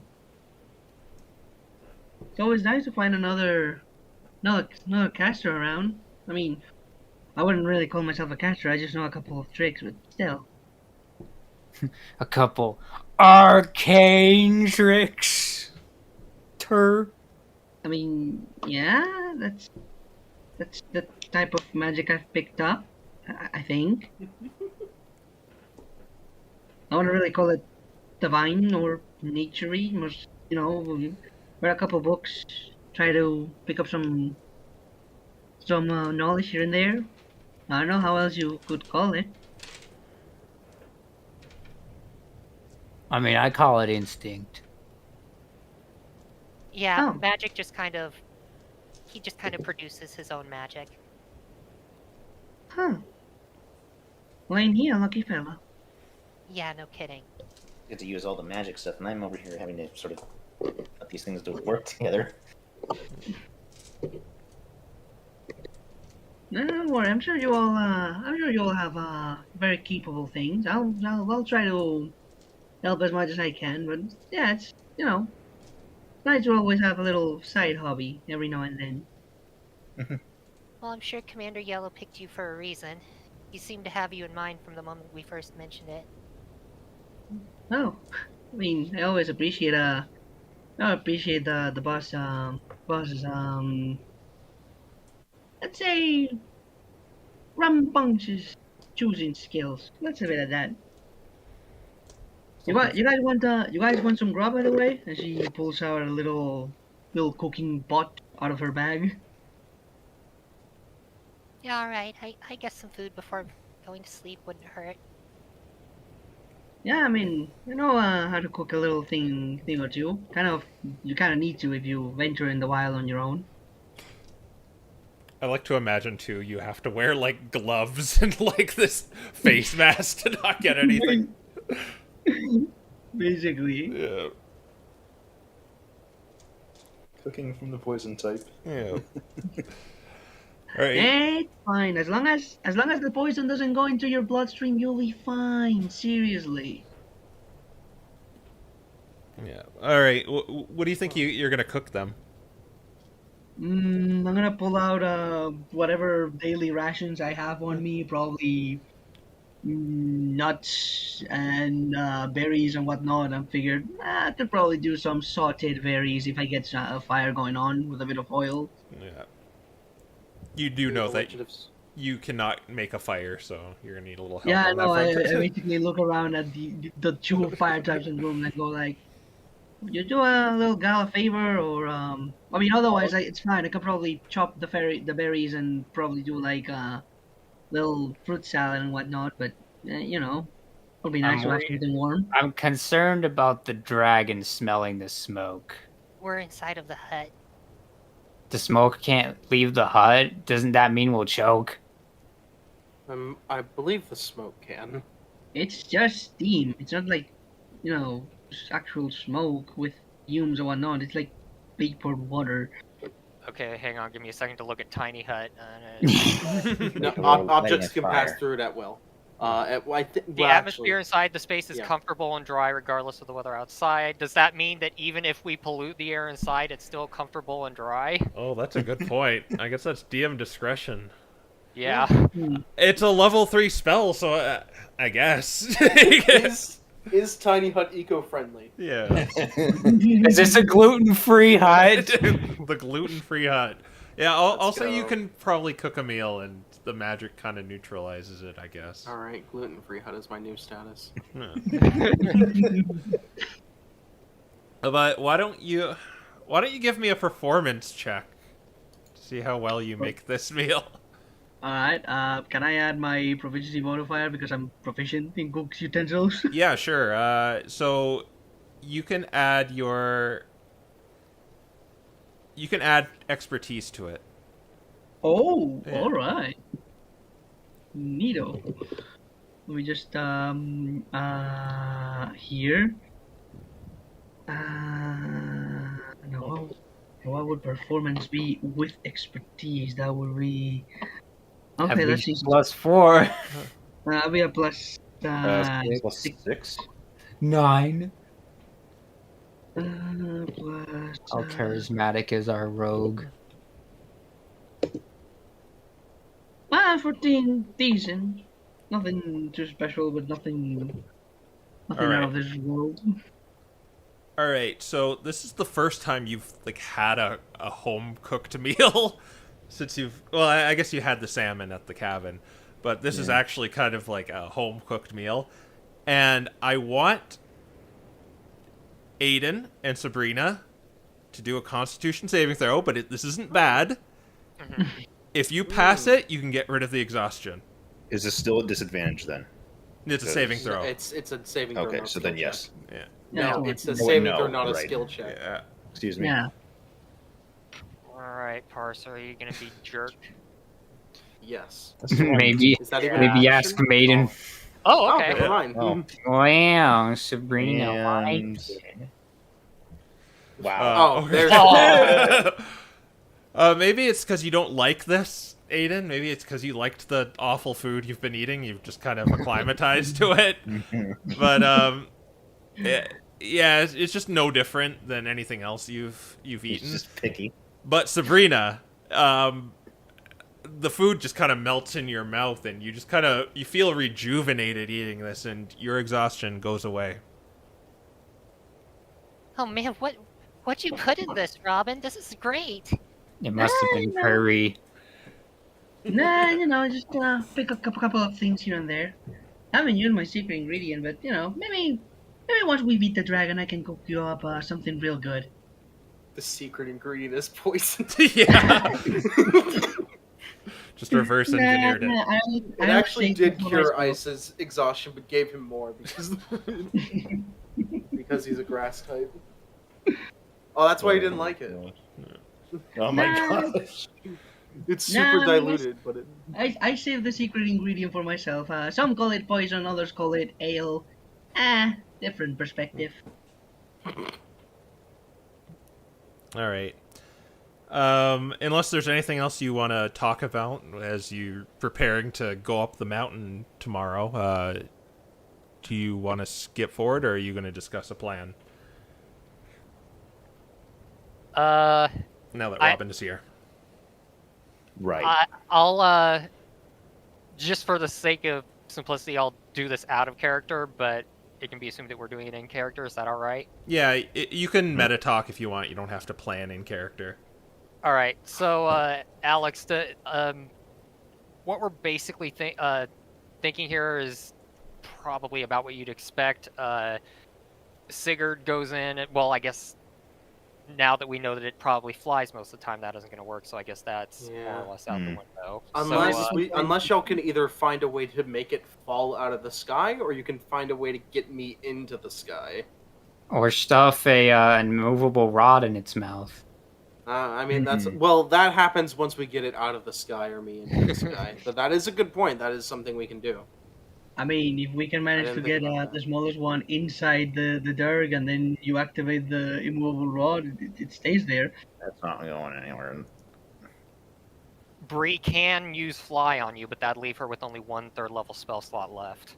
That's true. I'm saying, if there's a way to bring it out of the sky, that's ideal. All But right. if there's not, then I mean, if it's still stormy Sigurd's not gonna outside, have much call fun. lightning, go crazy. that's true. There was no escape from the lightning. Well, call lightning just works just in general as long as you're outside. Yeah. So. All right. Does anyone have a way to get it out of the sky?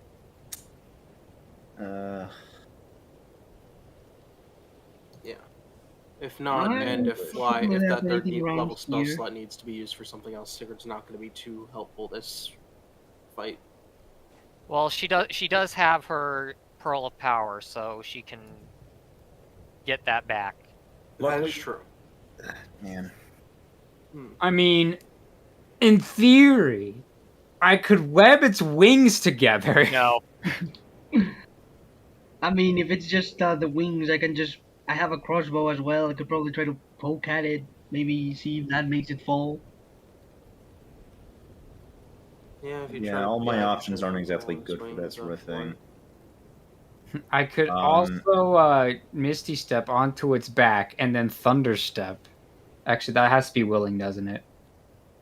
Well, there's Yeah, it always has to be willing. Vortex Warp. You It could also has to vortex be. warp. It also has to be your size or smaller for Thunderstep.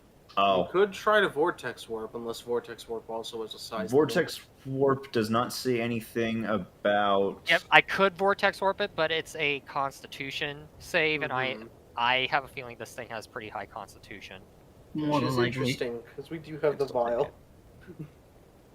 The vial will require con saves, which 3 of them. yeah, we have 3 chances Mm-hmm. to hit the thing with There's that vial, which always will help some considerably if it's slowed. Mhm. Or at the very least, keep it from running away. I was looking over options. Like, man, I wish you could use Arcane Lock on more than just doors and entrances. Arcane lock the dragon. Yes. Stuck the mean- dragon. Stuck the dragon. Dang it! I have to Okay, change so that what we fast again. need to do is we need to build a chimney. I mean, there is a chimney on this place. Oh my gosh. Get it, Vortex Warp it inside of the chimney, send some lightning down the chimney like Santa Claus.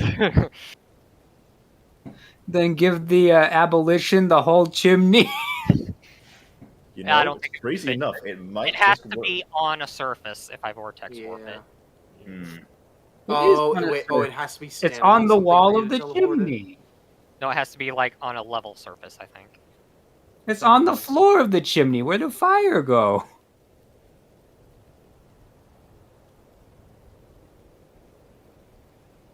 I think for the most part, we're just gonna have to figure out a way to get it down and then keep it down. We're Okay. gonna have to just start So- blasting one of its wings until it falls. We may have to potentially wrap its wings during the engagement. Okay, so here's what I'm thinking. Fly lasts 10 minutes. It's concentration based. Sabrina can cast it on Sigurd. We go in. He can try to reason with it. When that doesn't work, then we Mhm. just start dumping damage into it. I think the biggest thing is if we get it on the ground, someone. Well, actually, Sigurd's probably the best one to do that at that point. Yeah, because I mean, I'm assuming he's going Yeah. to make himself big. Yeah, So we'll I have think- 2 flying dragons. Yeah, One if of he them's does- supposed to, could the he just other grab isn't. the thing and suplex it? Yeah, I mean that's Possibly. kind of what we're going that's toward an here. idea. Suplex. Okay. Possibly crazy idea though. If we do that, could I take a ride on Sigurd's back and take the hide action and like hide behind him while I'm riding it? I'm at least size large during that situation, so probably, honestly. Just jump onto the dragon that's getting suplexed and start gouging out its eyes. Oh I my! could. Oh no!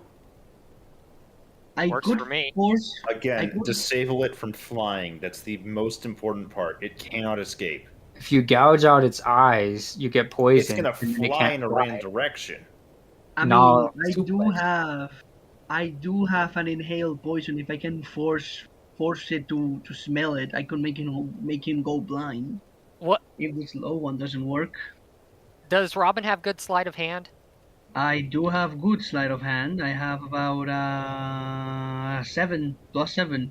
Okay, so if Sigurd can grapple it and get it to the ground, Robin can try to hog tie it.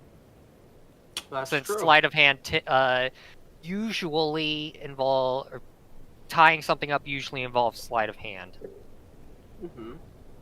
So that's what I'm thinking. That's what I think our best bet would be. Could we I can just- hog tie it from a distance with mage hand if I were allowed to try that plan? Well, I mean, I wouldn't try that personally. I'd just have Sigurd grapple it with his, kaiju advantage, and then suplex it, and then you hog tie it. I want to see this dragon suplexed real Yeah. bad. That is fair. That is fair. I could try to. Do we have a muzzle? We don't have a muzzle. Well, we have rope. Well, we got then- chain. We have chain We've got and rope. chain. We've got chain and rope. We've Yeah, got chain 10 and feet of rope. chain and Chain 20 and feet of chain. Yeah. All right. One thing we could do, so that it doesn't breathe, thingy. Maybe we can try the removal rod on its mouth. Yeah. Don't we I have was two thinking- immovable rods still? Yes. We should Yes. have Sigurd 2. has 2 immovable rods on him. Okay, put one above its mouth and one below its mouth. The problem is that it doesn't stay with the thing. At that point, you're just gonna have to keep it I- in place. And I mean, while we're fighting it. yeah, Well, I mean, if you hand me one of the immovable rods, I can probably try to like We could sneak potentially up pin this behind thing. him. Here's what I'm thinking. actually. Chain the immovable rod to the dragon. Yeah, actually, that's a really good idea. What, Yeah, what that's what I I'm was thinking is actually we chain its mouth so it can't use its breath weapon, and then use the immovable Immovable. rods to hold it in place. Set up 2 immovable rods on both sides to try to keep this thing down. Yeah, and then try and tie it up. sounds like a plan. All right. Yeah, because even if we immovable rod it, it could probably still like breathe through its mouth with the immovable rod. It's going to attempt to try to continue to lash at us, even if it's maybe like knocked prone on the floor. Yeah. That's giving me one idea for a spell swap. Yeah. Yeah. Okay. Hold up. I had one idea that I'm swapping a spell for in the next morning, so I'm putting that down. Yeah. That's assuming. Also, this is all hinging on the fact that this salamence isn't larger than size huge, I believe, but I doubt it is. So I can only Probably. grapple up to one size above my actual size. If it's size, I think gargantuan, giant, or I can't remember the sizes in this game. but I if wouldn't it's- worry about the size too much. Yeah, don't worry too much right now. I doubt it. I doubt it's gonna be that. We are big. level 5. My dude. All right, Yeah, I I think don't- we got a plan, guys. I think we should head on up. Mm-hmm. Oh, Okay. We're fair gonna enough. overcomplicate it. If we come up with more plans, we only need Yeah, the no. one, and then just Yeah. But what if No, I think we. But what if? No. Yeah. All I think we right. have to find it though, because I don't think it's just gonna be up there. It looks like there's multiple fortresses that it could be hiding in. We got to Okay, sneak. just like a quick recap. We try to the peaceful approach. If the peaceful approach doesn't work, we I try hope to it doesn't. suplex it. We try to suplex it, and then we chain its mouth and rod. At this right? point, it look. I actually at this point, if like with this whole plan, I think Sigurd would probably be willing to like subdue it first and then try and speak with it, okay. because he still wants to know why it. He still wants to know why it attacked the town. Okay. All right. But I don't. But like, if this, I mean, seems like a good plan to subdue it. All right. So, you're in a tiny hut right now. Do you still want to take watches? And if so, who is going to take watches? Because there's 5 of you now. Yes. Bree will probably be willing to take a watch now that she's all souped up on, well, I guess maybe soup. Not He's probably hurry. gonna pass on this since he's still exhausted. Sigurd would I'm be good down on to- watches if you want. I got decent perception for that. How many people do we need? We need 4, right? 4, yeah. It's 4 like 2-hour watches, so- shifts. I mean, that means Sinbad's watch will go completely eventfully. Yeah. We have Reminder 4, also that you could probably be accompanied by the we have 4 watches construct for accompanied all by. 4 watches. Yeah. Just tell it to spam the help action on us when we're making our perception I'm gonna be check? honest. I think Mechagross has better perception than we do. I'm pretty sure. I Yeah, know he does. Probably let's just have Mechagross do the whole watch, and I guess Just- Bree will set up an alarm just in case. Yeah, just have him go into sentry mode and just scream if the dragon is attacking it. Okay, so I don't that thi- the like, so he follows or Metagross follows an order. So will the order be if it sees? What's the order you want to give it? Yeah, like, what do we want it to specifically Oh, make us for? If dragon attack, no. If the dragon moves, if dragon go overhead, come in hut. If they see the they can It's stay gonna be inside too the- hard to give it a precise command that it'll be able to follow. If, Well, if they see any creature movement of creatures, alert one of the four of us. Or one of the Just five walk of us. inside and wake up somebody. All right. They don't. They can stay inside too. It's Yeah, you can see outside. Well, no, Macross is outside. He comes in and he Yeah. wakes someone up. All right. Yeah. So he's gonna stand outside and watch the fortress, I assume, and if it sees movement or out just all around it. Yeah. Okay. If it sees movement of a creature, tree branches don't count. Okay. Just constantly waking Aiden up. They're a tree. And there is the five of you are just gonna sleep then. Yeah. All right. Perfect. And Alright. alarm. I And don't alarm. like it Don't when worry. he says that. All right. Let me do some rolls here. Don't forget alarm. Uh-oh. We're gonna die. 2, 2. 3. Oh. That's the number of rolls, not. 4. Yeah. And no, wait, I only need to do 4. Okay. 1, 2, 3, 4. I declare a mage anthem war. And you do that Oh my before you God, go to they bed. would, They would. All right, so the 5 of you all settle down for bed, leaving your paladin or not paladin, meta security going for the night. And despite the howl of the outside blizzard, you all get a long rest except Aiden. Oh, right. Boo doo doo doo doo. Okay. So what we're gonna do about this blizzard is we're all going to roll a d6, including you, Robin. And if you get a 6, the blizzard is gone. Oh, okay. I don't like this. I mean, Good job, maiden. Oh. Ah! No! Can I intentionally fail? Yes, you can. No, we gotta keep it kosher and. Use the inspiration. I'm not using inspiration on a. That's not. wow, literally only quill, literally. Oh my gosh. Okay. If I use inspiration, if I use inspiration, they're gonna roll and take the higher. It's not a conditional like that. My powers are fading. So as the night goes by and Metagross is just sitting out there watching the area, the storm kind of dies down and it turns into wrong one. Welcome I back to hate it. your old life. Yeah, I was dealing with this on Sunday. It was awful. Oh wow. It's actually probably a little too hot now for you. The blizzard took all man. the cold with it. Commander Green, that isn't a chikorita, could take off her clothes and be totally fine today. Yeah, it's kind of like it warmed up considerably, and the blizzard has now passed. It's actually a little refreshing, kind of. You can see it was normally cloudy on the ice continent, and you just never really saw the sun clearly. But today it's kind of a blue sky, and it's almost like you're back home. Man, it's unfortunate that we're on this island. And about Yeah. to It's fight like dragon. mist continent weather. It's like Yeah. 60 degrees. Let's get rid of the snow ambience.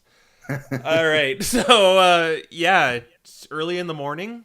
You Metagross didn't see anything. And do you want to march up there and fight a dragon, or what's? Yep. Yep.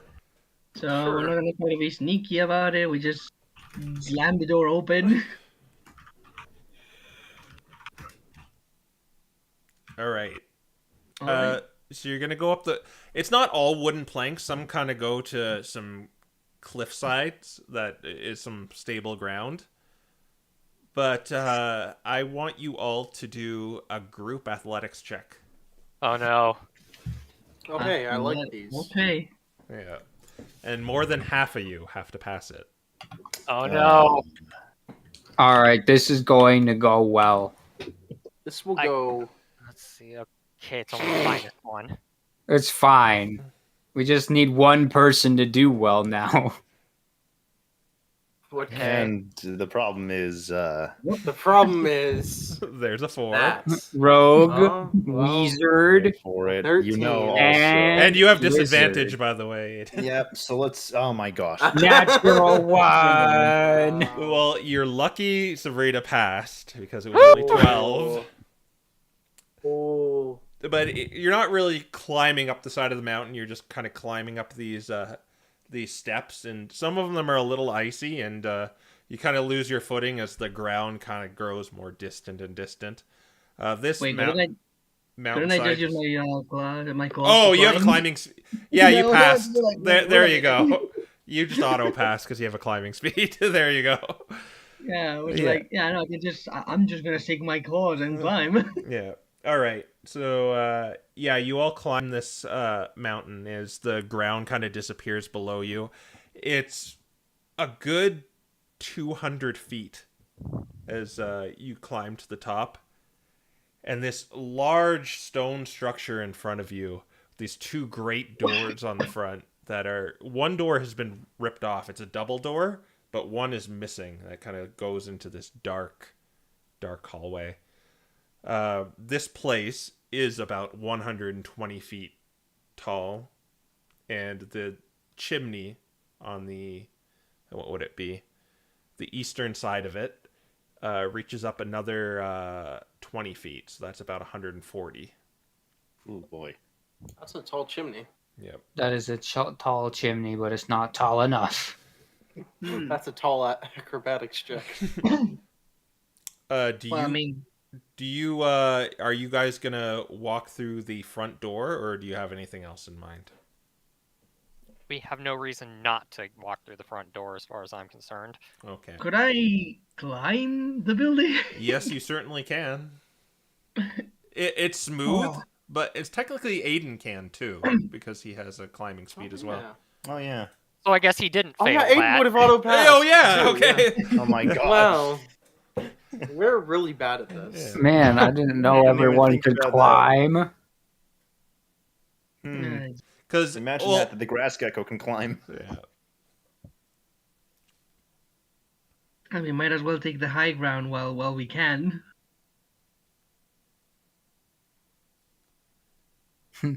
Before it becomes the low ground. Are you going to take you're gonna climb it? Just so that I'm completely sure, is there a ceiling to this location, or is it just like a big hole and there's walls and or something, or? You can't really see because it's like you can't see on a skyscraper, right? You can't see. That's the fair. roof. Yeah, that's just fair. I mean, everyone knows skyscrapers are hollow. In that case, are there any holes that I can see as I look up that are like on the wall? Any windows or anything similar? It's very strange. This structure does not have a single window on it. Oh, I don't like the sound of that. Okay, I'm climbing. Okay, you're gonna go up by yourself up the side of the cylindrical part of it, or the chimney? That's a good question. What are they made of? Like It's both of them. it's made of solid stone, but Uh huh. some parts of it are jagged for you to get like some holds and footholds on it. Okay. Figure the cylinder would be like ice, so I could use my claws as like ice picks. If Yeah, it's That's fine. exactly. smooth, then I could climb it. Yeah.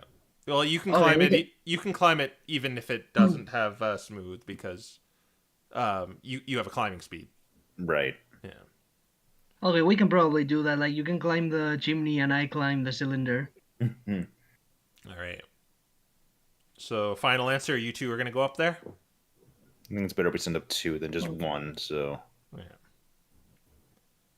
Remember, Alright, one of sure. y'all is exhausted. Remember that. I am very aware. All You right. got to be Alright. concerned about that. So Aiden and Robin climb up in their special ways. Aiden's just kind of like Spider-Manning up, while Robin's kind of just sticking her claws into the ice and just chipping away with a thunk as she climbs up. It's quite a trip up, and if you're acrophobic, I think that's the heights one. Yes, this is very scary because not only do you have the really tall structure, but you have the mountain to look down, which is like Oh. 300 feet. Just land in the water. That's like hitting. That's just like hitting concrete. Listen, Um, it's better. But thanks to your two's climbing speed and the fact it's a nice day out today, you get to the top. It's a flat surface on top. And The chimney, you think a medium creature could fit down this small. Well, it's actually quite large. The stack that you see, Aiden. Mhm. You're a little higher, so you got the high ground, so you can see it's actually a really nice view out here too. You can see the ocean, or you can see the ice continent proper. You can see the buildings that the Expedition Society dwells in. But Robin, there is a large hole in the center of the cylinder, oh lordy, there it is. and it looks like it's not natural. It was created. All right. It's like it.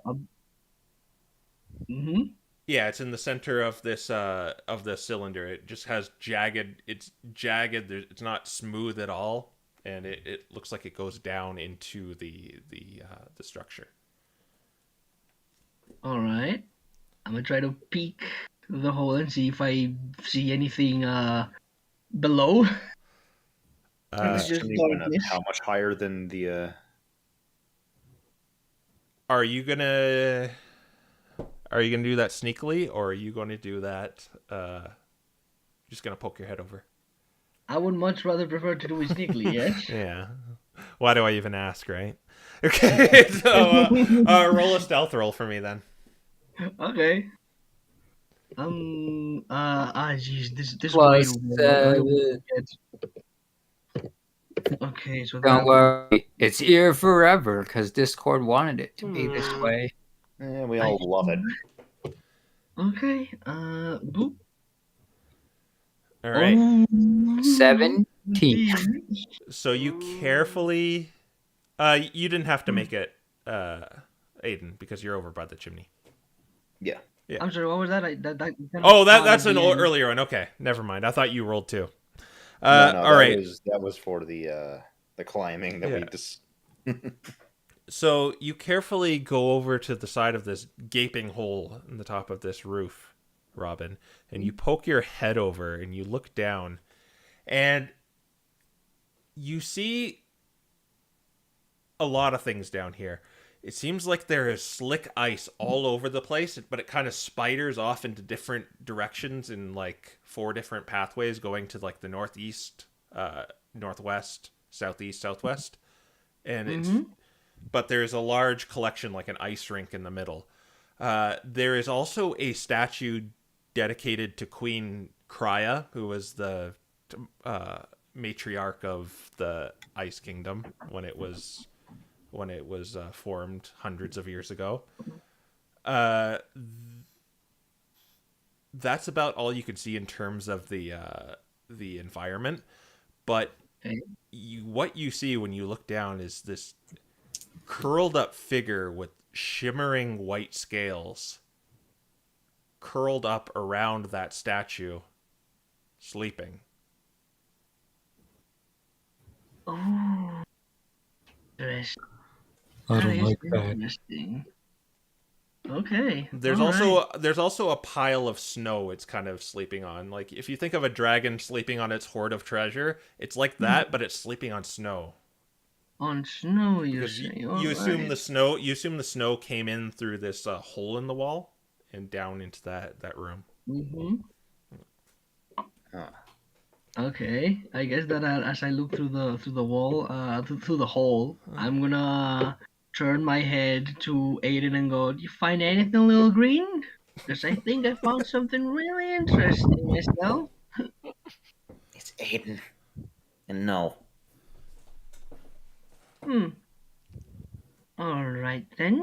We might want to report this back because this might change our plans, perhaps. Found ourselves a little someone dozing off. Also, got to mention it was like 120 feet down. Okay. Yeah. Okay. Fair enough. Fair enough. Some more It's a big climbing drop. to do. It is a big drop, but it is. I would exactly the very not top. climb down. Okay, No. okay. So it's just a massive like pillar empty that's Yeah. completely hollow. Okay. Oh, you Okay. mean like the dragon is down that... Okay. The dragon Yeah. is down in the bottom. Yeah, and there's So- an altitude of 120 feet from the very top to the bottom. Oh, I should also point out you could see large icicles, almost like stalactites, sticking from the roof. Oh, that's Oh. that's a problem. Ooh, that does not sound peachy. Okay. Yeah, that's one other detail I should tell you. All right. Okay. Fair enough. Important detail. But yeah, there's so we can absolutely deduce that there is a derg and there is an altitude of 120 feet. That's quite the drop, but it's exactly the right distance for fireball distance. Got it. And yeah, Well- Bree is basically in a spot where she can do whatever she needs to from up there, except for vortex warp. Well, Well, no. Here's the thing. Like, it's Are- just a room. Are you guys going down? Are Aiden and Robin reporting back to them? Did they go back to Yeah. them? Yeah. Okay. Okay. Good. Yeah, she just goes back to the wall and like slides down. All right. Yeah, it's basically just a hollow cylinder. The door that we're looking at right now leads into that room. all right, Outside. new plan. We give the immovable rods to Robin, who will then feather fall down so it can't hear the sounds of scraping claws going all the way down 100 feet. And then she'll position the things, and then we can attempt number talk. Would Aiden... No, wait, no, of course. He's exhausted. Okay, so we get in through the cylinder, through the main door, stealthily, and we tie him down while he slip. Is that the plan So- I'm hearing? From what I'm understanding, it sounds like you're going to be positioned at the top. Everyone else will be at the bottom. You're going to attempt to fall and just quickly tie off the dragon with the immovable rods and the chain. I doubt that would work. because it That would was feel my hurt. problem. I was saying it out loud. I was like, I don't know about that. It would probably mean- feel itself being tied up. I think it would be best to. The immovable rods. He can't move if he's been immovable rodded. Yeah, but the problem is getting both of them set up before it can In a move. way that it will actually Yeah, hold it actually down. Not be able to slip out either. Okay, All right, who is yeah. the next most stealthy that is not exhausted? Okay, hear my words. No one. Okay, so flying is flying silent, DM? As long as you cast it out of an earshot, then yeah. Well, yeah, it Yeah, lasts 10 minutes. So here's what I'm thinking. Bree casts fly on Sigurd. Sigurd flies in, embiggens himself and grapples it while it's asleep, and then Robin ties it up while he's got it grappled. Sounds like Problem. Wouldn't the grapple wake it up because physical contact and whatnot? well, yeah, but Well, it's yeah, but then it's grappled. Or It will open its eyes and sense it's being hugged and be pacified. oh, Yes, definitely. definitely. Here's the thing: we're not going to be able to tie it up without waking it up. yeah, that's So we that's may just as going well to be an issue. Okay, Let's but grapple it and tie it. another thing, if possible. The one who's flying down and whatnot is Sigurd. Is that correct? Doesn't Sigurd wear heavy armor? Yeah, I think Quill was asking if flying movement is. Oh, I won't make you roll disadvantage on it. You won't make me roll disadvantage. There so might I'll be a just little bit of a penalty still, but you won't get disadvantage. Okay, so I'll He's got only a have a -1. -3. Yeah. -3. Okay. Man, if only I still had I blindness. could use my inspiration for it if we want. Potentially. If we want to do this. Oh, before we start any of this, I got to remember. Even if it does wake up, you're just going to go flying as fast as you can and grapple it. I mean, Yeah. flight gives you a base flying speed of 60, and if you dash You with that, should that's be able to- 120 feet. You can go straight from the top to the bottom in one swift movement. That's true, but then I guess I could action surge to grapple, and Yeah. that'd be my action surge for the. The important part is just getting it and then preventing it from running off. Yeah. That's true. Before we go in, I do need to use aid now. Okay. So Bree will give you the spell scroll. Yeah, thank you, because that way I also save the spell slot. So specifically here, All right. I'm going to use aid on Sinbad,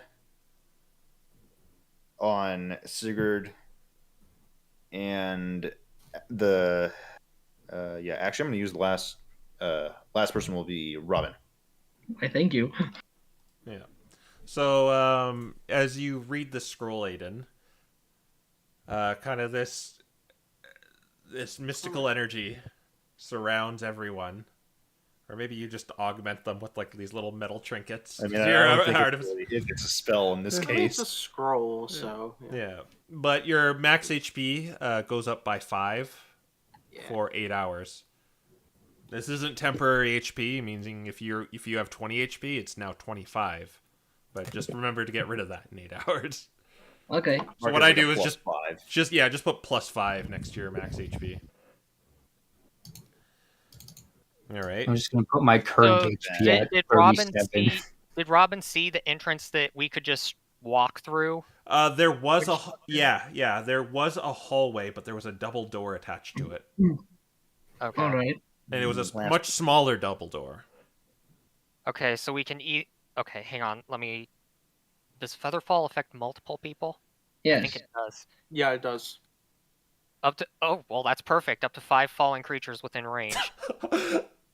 You know, a little. Wait, are you? Oh my god. Okay, wait. This is really. Yeah, I think I.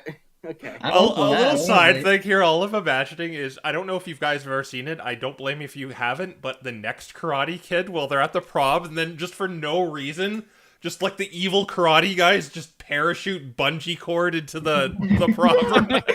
It's so... Wait, so What? here's an idea.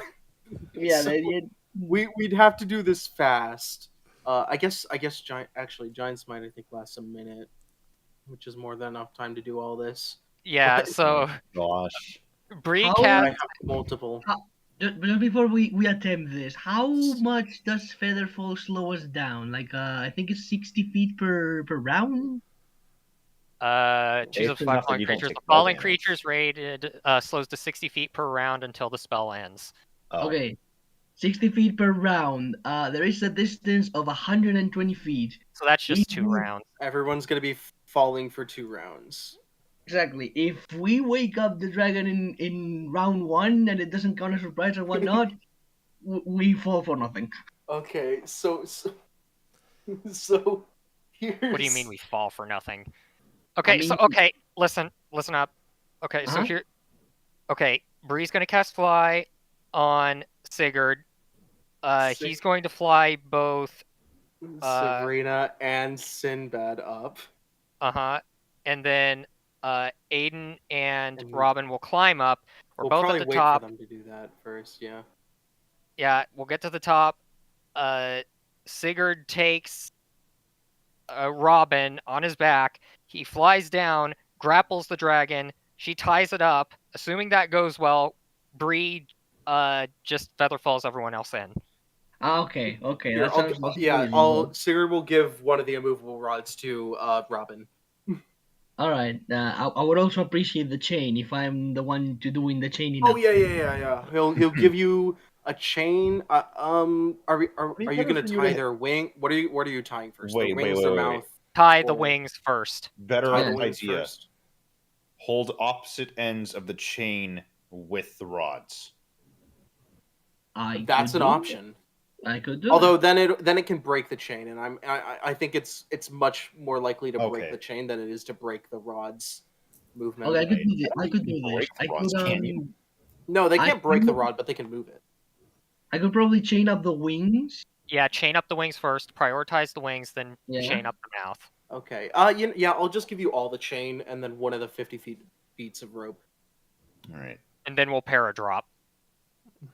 And where do I put where do I put the rod, the movable rod? Do I put it like on its neck so it doesn't move around? Do I put it on its mouth? Probably its neck would be the best position, yeah, because then it really can't move without like positioning itself in a really awkward position. Mm-hmm.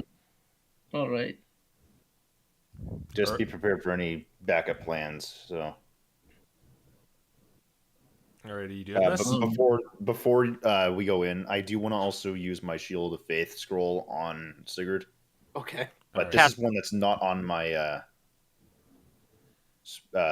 this is not on my spell list. So All right. So the way we do this is you do what?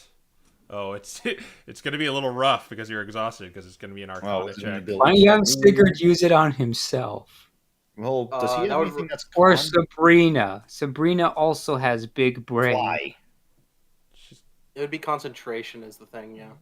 Oh, well. I could do it. I have So- these in intelligence. So it'll be an Arcana check and it's a first level, so it's 10 plus 1, so it'll be 11 Arcana. 11. A DC 11 con check. Yeah. Or, At disadvantage. Arcana check. I mean, if you need me to, I could read it. I have a proficiency in Arcana. Assuming you don't have anything else that needs Concentration. concentration. I do have a couple of concentration spells. I don't think I'll need them for this. I have a silent image. I don't think that's gonna help. Yeah, I don't. It's more of really a case that I want to make sure that Sigurd's got HP and Okay. AC, since he's Well, going to be in it's melee. probably- range. Yeah, that's why we want Robin to do it. Yeah, I It's know. probably important that you concentrate on someone else because you probably Also- have another big concentration spell. You also Right. bless Robin, which is a D4 to that. No, they aided. No, Robin, that's not that's bless. aid, not bless. Yeah. Aid gives extra HP. I mean, if any of you have guidance, Who's using a scroll? I'm going to Yeah, hand it that's- off to Robin to. All right. Yeah. So okay, I can do it. all right, since you have spell slots, Robin, it's an Arcana check, and you have to get 11. Arcana check. I have to get 11. All right, noted. Otherwise, you'll just burn up. Wait, hold on. A D20, and then the Arcana bonus, which is about. I thought I had proficiency. Oh well. Ooh. Unfortunate. Okay, that's Oop. sad. So Sorry. you're reading this thing, and you think you got a handle of the arcane language use, or I guess it's more of a holy scripture because you got it from the Hallowed Flame, and you think you almost got it, and you do the like shield of faith, and it just kind of burns up into nothing. Aw. Man. That's fine. Okay, so what we're gonna do is we're gonna wait for Aiden and I guess Aiden and Robin to climb up. Okay. I Okay, Sabrina Then- will cast fly. All right. Yeah, once they've climbed up, Sigurd will use Giant Smite, pick up No, Sabrina. you wait for Giant Smite until you're flying down into the thing. Well, no, because here's the thing: how am I supposed to carry both of you? I guess unless it's easy enough for me to carry both of them. I mean, I am small. You're I'm climbing up. asking Sabrina and Sinbad. Well, Sabrina is 1 foot 4 inches. Oh, they're both small creatures, and you're a large, so. I'm medium at the moment. I'm not. Oh, using okay. Then yeah, it's a little. big- You'll be slowed down then if you're carrying both of them. I mean, Hey, that's Fly, fine. fly lasts 10 minutes. I think we can spare Yeah. a little bit. I mean, Yeah. if it matters, I can probably like carry Sinbad or. No, or- no, no, no, we're no, good. no. Let's just do this. So Okay. yes, yeah, we'll fly up. Then I assume we're gonna like set them down on like an edge or something. Yeah. Bree, Sib, and Aiden will wait at the top. You're gonna take Robin and then fly down, Yeah. So hawk tie it, and grapple it, and be big. okay. Could you tell by the All map right. where I thought you were gonna enter? Oh, yeah. Okay. So Sigurd, I assume Robin kind of like climbs onto, or Robin kind of climbs onto Sigurd's back before he goes use giant smite. He's gonna count down 3, 2, 1. Gonna use giant smite. He's gonna rush down on the thing. All right, so I'm gonna need you to do a. So it's a little hard. You have a flying speed of 60. A flying speed of 60. All right, so it's gonna take 2 rounds to get down there. Okay. Unless I dash. Yeah. What if you dash and use action surge to grapple it then? That is the... Thank you. That was I mean, the plan. you won. I Crow, don't know. don't worry. You do you. Don't worry, Crow. Alex didn't give me an ideas. I already had Okay. them. All right. All right, so he's gonna dash down. I action guess- surge. I guess you're somewhere up here. This is gonna be hard to. yeah, I'm like, are the pillars like the top part? Yeah, guess. they reach to the top. The pillars do reach to the top. Okay. All right, so we'll just put ourselves there for simplicity's sake, lest Yeah. my brain Yeah. explode. Yeah. Okay. And Let me- Sigurd's going to jump down. Yeah, he's gonna fly down. He's big with Robin. And there I am. All right. So I guess I need both of you to do stealth checks as you. Okay. It does have I'm- disadvantage because it's asleep. I'm gonna use my inspiration on this. Okay. And okay, I think you're passing this. An inspiration strike. I don't know. I mean, look, man, my roll is so bad. Remember our last 2 inspirations that were like natural yes. ones? Okay, Gucci. Well, maybe I didn't need to use my inspiration, but yeah, 14. Yeah, wow. Okay, so I like to think you like turn giant as you're falling down. That'd be kind of thematical. But yeah, you dive down with your flying speed, and the salamence stirs. This white salamence, it kind of stirs a little bit as you're falling down, but it does not wake up. Action surge, grab it. Okay, I believe. I'm gonna do this at disadvantage, just as you're touching it. So I'm gonna do the strength save, or Okay. athletics check. Sorry. Yep. All Oh right. yeah, I should probably roll that as well. I have advantage on this one. Turns out it's a Snorlax with toss and turn. I just got a 1 and a 4, so you're. Well, yeah. Gosh. I don't think you're going to succeed Yeah. unless. Can you even? So I'll say that is the surprise round as you do that. Don't worry, I have a 22 actually. Okay. I'll say Robin can do something too because she's kind of was. Yeah, you brought her down, so she hasn't really done anything. She hasn't used any movement or any of her actions, so. And the dragon is prone, correct? Because It is prone because it's sleeping. I don't need to push it. What do you want to do something, Robin? I mean, preferably, I would like to follow through with the plan and tie up its wings as instructed. Okay. Okay. It is thrashing though, but because it is grappled and prone, I think you have advantage on a sleight of hand. All right. Okay, let's see. Choose. And it has disadvantage. Oh, I guess got a 3. Okay, sleight of hand. Don't fail me now. Yeah. Okay, that would be 17 plus 7 math 24. That definitely does it. You hop on its back and just twirl around its wings, and you do your expert nodding skills to just knot up its wings. And what I'm gonna say is it needs to use its action to try and break the chains or get out of them. So let's roll initiative. All right. Yeah. Initiative is an ability check? Yes. Yes. Yeah. Okay. Oh wow, Bree's on the Oh ball. yeah, you would technically have disadvantage. Well, Yes, I do. Well, he was fast for one turn. I guess you're there now. So also I should point out Sigurd and Robin, you could see this over here now. Oh. So this door is missing, but there's kind of an ice wall made here leading into this room, and you see a bunch of gold and treasure chests. And you see a chimney. Or a fire. Like is that? This I mean, the looks best like it. part- This looks very much like a forge because you see a bunch of smithing tools and desks and workshop benches and even an anvil. Oh. All right. Are you on the Owlbear link, Robin? I guess I could be. Yeah, you might want to get on there. Okay. I posted it at the start of the session if you just scroll up and find I the could link. also DM. Yeah. Actually, so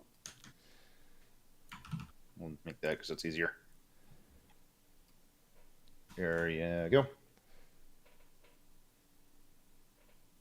Oh no, I'm already here. Oh, I you just are? haven't changed my name yet. Oh, you're loading? Or you're the... I'm guessing you're... Oh, okay. You There were you go. a Yep. giant goat. Did you roll initiative? I surely did, and I think I'm pretty sure I got an 11. 11, I okay. think. Okay. All right. Sabrina, you are on the roof right now. All right, we're going through with the plan to jump in, boys. Yep. All right, well, she can do that as a reaction. So, she's going to, well, I guess. Hang on, I've never. How does that? Yeah, I'm trying to figure how. I it think... has to be 3 characters in the air. I don't know if you want to like. So what I'll suggest you do is like you trigger, everyone triggers it on Simbad's turn. When he jumps down, everyone jumps down and you can. Oh yeah. Okay, yeah. Use a reaction to move. Yeah. If you do that. I can't do that because it requires a reaction for me to cast Hmm. Featherfall. You two go ahead and jump. I will cast Featherfall on you, and Bree will stay at the top. Okay. How is Bree gonna get down? Once But we- I guess more once we Featherfall. deal- Yeah. All right. So. So what- she is going to cast Firebolt on it. Yeah, sure. So it is prone, so you're gonna have disadvantage. Oh, okay. Well, I mean, it's not going to hurt anything if I miss. Actually, I'll so- say you have the high ground and you have like a good vantage point here because that kind of makes sense, wouldn't it? Yeah, I won't Yeah. argue with that. Yeah. Okay. So yeah, go ahead. Just roll a straight up d20 Plus modifier. plus modifier. Yeah. It missed anyway. Maybe it's because you're so far away, but the firebolt kind of sails down and it just hits the side of the statue, the broken statue. That's fine. I'm not going to cry about it. All right, Aiden, it's your turn. All right. Well, I guess we're doing the ready action to wait for Sinbad to jump. Yeah. So that's that. Yeah, you still have your bonus action and movement if you want to do that, because. Oh yeah, where's Mecha Gracio? yeah, where is? Oh yeah, where is he? He's outside. I guess he's outside, there. yeah. We never He's brought him up. standing Whoops. watch. Yeah. It's He's- fine. He's on a bridge. You don't have to worry about it now. Yeah, he's. Can you command him? No, probably not. From this distance, I don't think so. Yes, we'll just yell at him to go run to the front door. Here, boy. Other than that, though, I'm not going to take a shot. I don't have the range to do that. All right. So you're just readying your action to jump when Basically- Sinbad jumps. Yeah. Okay. Robin, it's your turn. All right. Have we agreed on if we're knocking this fine fella unconscious or if we're going for the kill, or have we not agreed on that? I think it was the former. Unless, Yeah, you unless can there knock are him any unconscious. last minute changes. I thought we were talking to him. Nah, go ahead and knock him out. Okay, non-lethally then. All right. I'm gonna use my bonus action to lace my rapier with venom, All right. with my own venom. And see, where's my own venom? There's my own venom. And then I'm gonna use my main action to do as these fine folks said, and I guess position myself here or here, whichever would give me the best angle to activate. Does that require an action? I think it requires an action, right? To activate the rod? Yes. Yes, it does.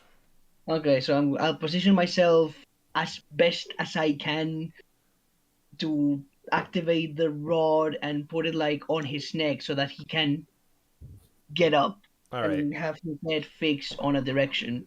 All right. So as maybe Sigurd's kind of pinning him down by like the shoulders, Yeah.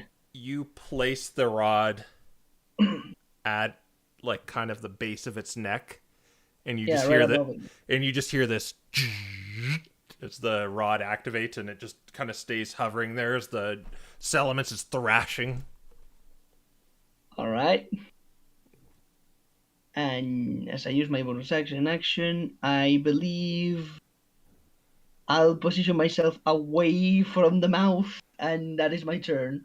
All right. You still would need to be in range of it because unless you want to take an opportunity attack. Is this not within range, or do I have to be like here? Just because you'd have to be like there. Okay, there, that works. Yeah. Or I think you were right because it's just hard to tell with all the rubble If there. it's a So large creature, it's there. 2x2, isn't it? Yeah. Size large. Yeah. So it's taken up all these four. So you're good. You're good. Okay. All right. Yeah, I just got confused by the rubble. Okay, it's its turn, and you have it grappled.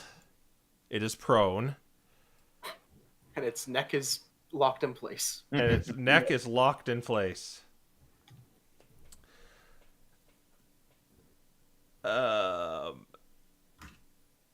Oh yeah, I forgot about these. It's going to use the legendary action at the end of Robin's turn, Oh. Oh There boy. it is. and Right. it's going to use that legendary action to try and. Jeez.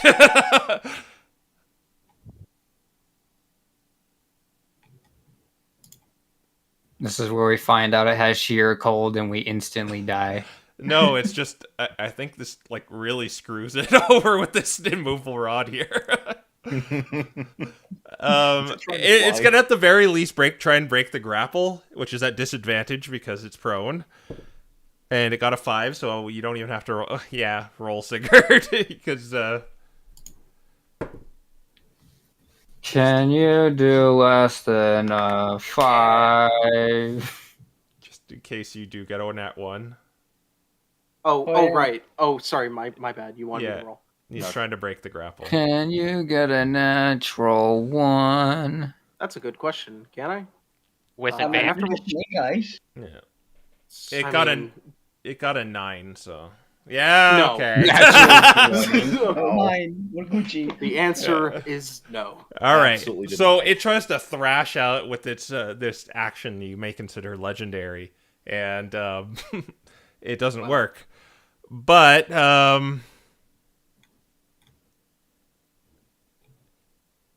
it's still going to turn its head around, and it's going to blast you with its breath. Oh. So Constitution saving throw. Okay. He's breathing on you. Plus 6. 9. All right, you fail, but I'm not having any luck with this dragon. Okay, we got 10. We got. Is there any 3s here? We got 20. We got 30. We got 40. gosh. 41 points of damage. Cold damage. Ow. That sounds like a big owie. All right. That is the end of its turn. Sinbad, I believe you are the Featherfall trigger. Yep. Yeah, so this is going well. I'm going to obviously use my movement to jump. How far can I jump? Well, it depends when Sabrina activates Featherfall. As soon as both of them are over the edge, she triggers feather. No, how long can I jump? Oh, like in terms of distance, if you're going to. Because I can't walk on thin air last I checked. You're just going. It's your strength score. If you're gonna make a running jump, so it's not gonna be very far because I don't think you have any strength. All right. I that, mean, like, can we round up or down? We'll round up to be nice. Okay, so he's probably gonna jump over there. Okay, and Aiden follows. Yep. All right, they're in the air, Sabrina. They're All right. Also, I'm gonna use my action to cast Goodberry, and I'm gonna store them away. as you're falling. Well, before hopefully. Okay, I'll give you that. Before you're about to make this big jump, this 120-foot drop, you're like, oh yeah, Goodberry, and then you just they just blink into existence, and you store them away. And Yeah. you make the leap, and hoping your sister. It's like the trust fall where someone falls backwards and catches you. Okay, And- so she casts Featherfall on Aiden. No, I'm kidding. She casts on both. And because I cast a first level spell, I can fly another 10 feet. Okay. So I've moved a grand total of like 25 feet. All right, so you're a little farther down than Aiden. So you fell 60 feet this round, but you fell 70. Something like that. I guess that's how it works. Oh, I was flying laterally. Oh, okay. Okay, so you're at the same. You're just farther away from him. Yeah. Okay. Then we will go to Sigurd. Okay, well that hurts. Yeah. So, Actually, it's going to use a legendary action to try and break out again. oh, okay. Okay. It got a 5. It got a 10 Okay. What's the. athletic. Oh, right, grapple. All right, well I got a 19 on my first roll. Yeah. Okay. It's not getting out. Okay, so Sigurd is first of all going to use his bonus. Ooh, do I want to? Well, he's going to use his bonus action to activate Frost Rune. All right. And then yeah, I'm just going to down a greater healing potion, All right. So that's 20 HP. 20 HP. Yeah.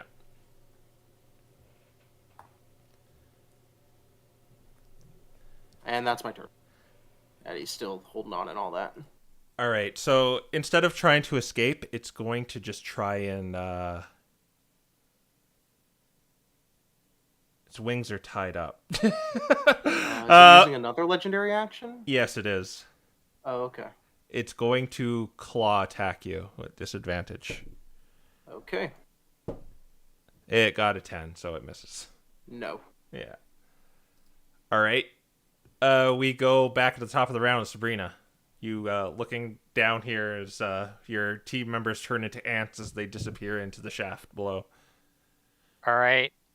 She is going to cast Scorching Ray on the dragon. All right. So 3 kind of fireballs swirl around you like an orbit, and you just kind of gesture to throw all 3 of them. Make a spell attack for each one. Okay.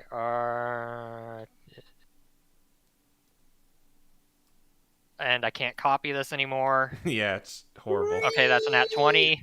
Oh, okay, so Crit. deal with that first, because that's going to do critical damage. Okay, This isn't so one D&D. Yeah. okay, so first roll does max damage. Yes. So What's the max damage of Scorching Ray? It's 8? 2d6 is the roll for one. So basically Oh. what you do is you roll 2d6 plus 12.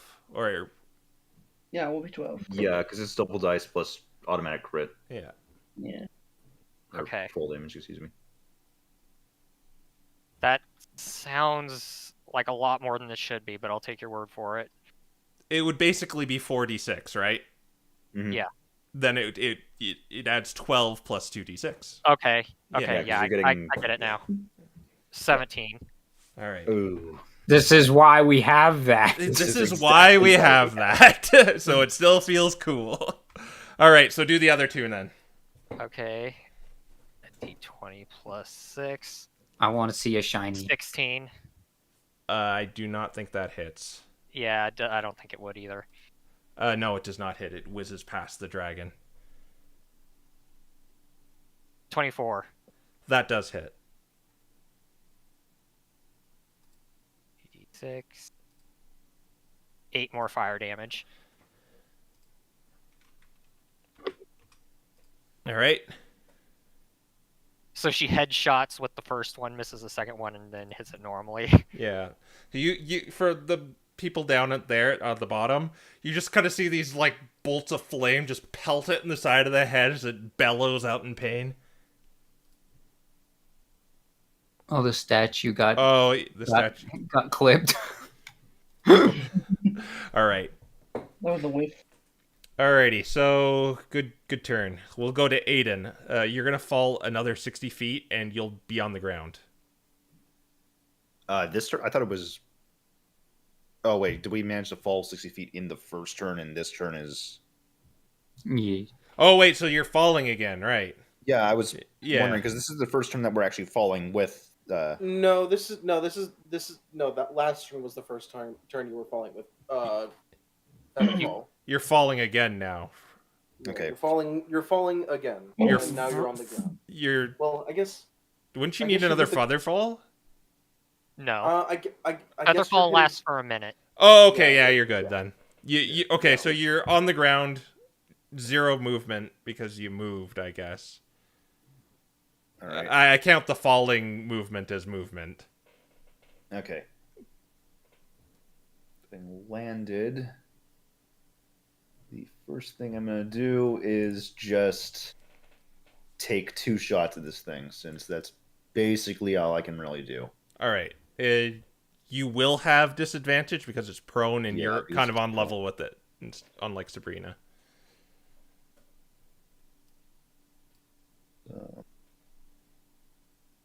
And this I get to do this because of the loading mechanic, ignoring real fun. I'm doing the wrong commands again. Yeah. It's just I'll do the 2d20 flat and then add the mod, depending on. Well, I don't think that matters because it's a 6, which then gets another 6. So Yeah, that'll miss. You know, I had an epic dragon soundtrack planned, but I don't think it's really fitting for like what. Okay. My bad. That's then- okay. It's good. So that's the first one, and here's the second, which that would be a 17. 17 will miss as well. Or just a second. No, 17 hits. Oh, nice. Yeah. Well, wow, it really is a Bebe dragon. Guys, we know the AC. No. Yeah. Mhm. And where's the thing again? 8 plus 4. Okay. For 9 damage. And since I can't exactly move,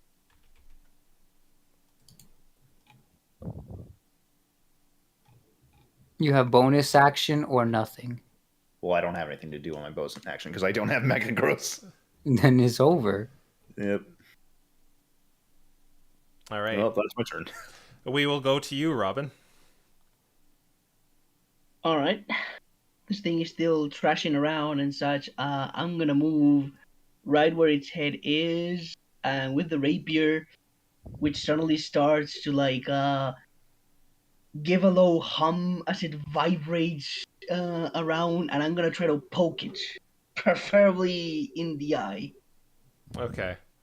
Well, there's no called shots in 5e, but you Yeah, can no, I'm certainly it's just for try. flavor. It's just for flavor. All right, cool. All right, so make an attack roll, and with advantage because it's prone. Okay. Actually, 20. I would believe that would be a plus 7. The rogue has advantage. Hooray. I do has advantage. That is nice. I'm Ooh. Oh, yeah. Oh. Ooh. Oh, well, That's a 14. the rogue has bad dice. Yeah. Consider Dice using Maiden Barter. dislikes you.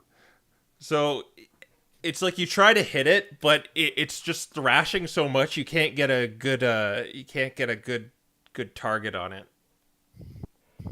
That's a whiff. Ah, shucks. Oh well. That's the dice for you. Okay, let's see. I'm gonna use my cunning action to disengage and move about here, just in case. All right. Actually, here. Okay. Yeah, you can certainly do that. It is its turn. Does it get its breath back? I hope not. It got a 5, so it gets its It breath does. back. Breath back. man. Why? Well, good thing I'm flying. Alright, do you want me to roll a con save? It's going to aim it towards Aiden. Oh. Oh. Make a Constitution saving throw. Does the pillar give him half cover or nah? I'll let him get.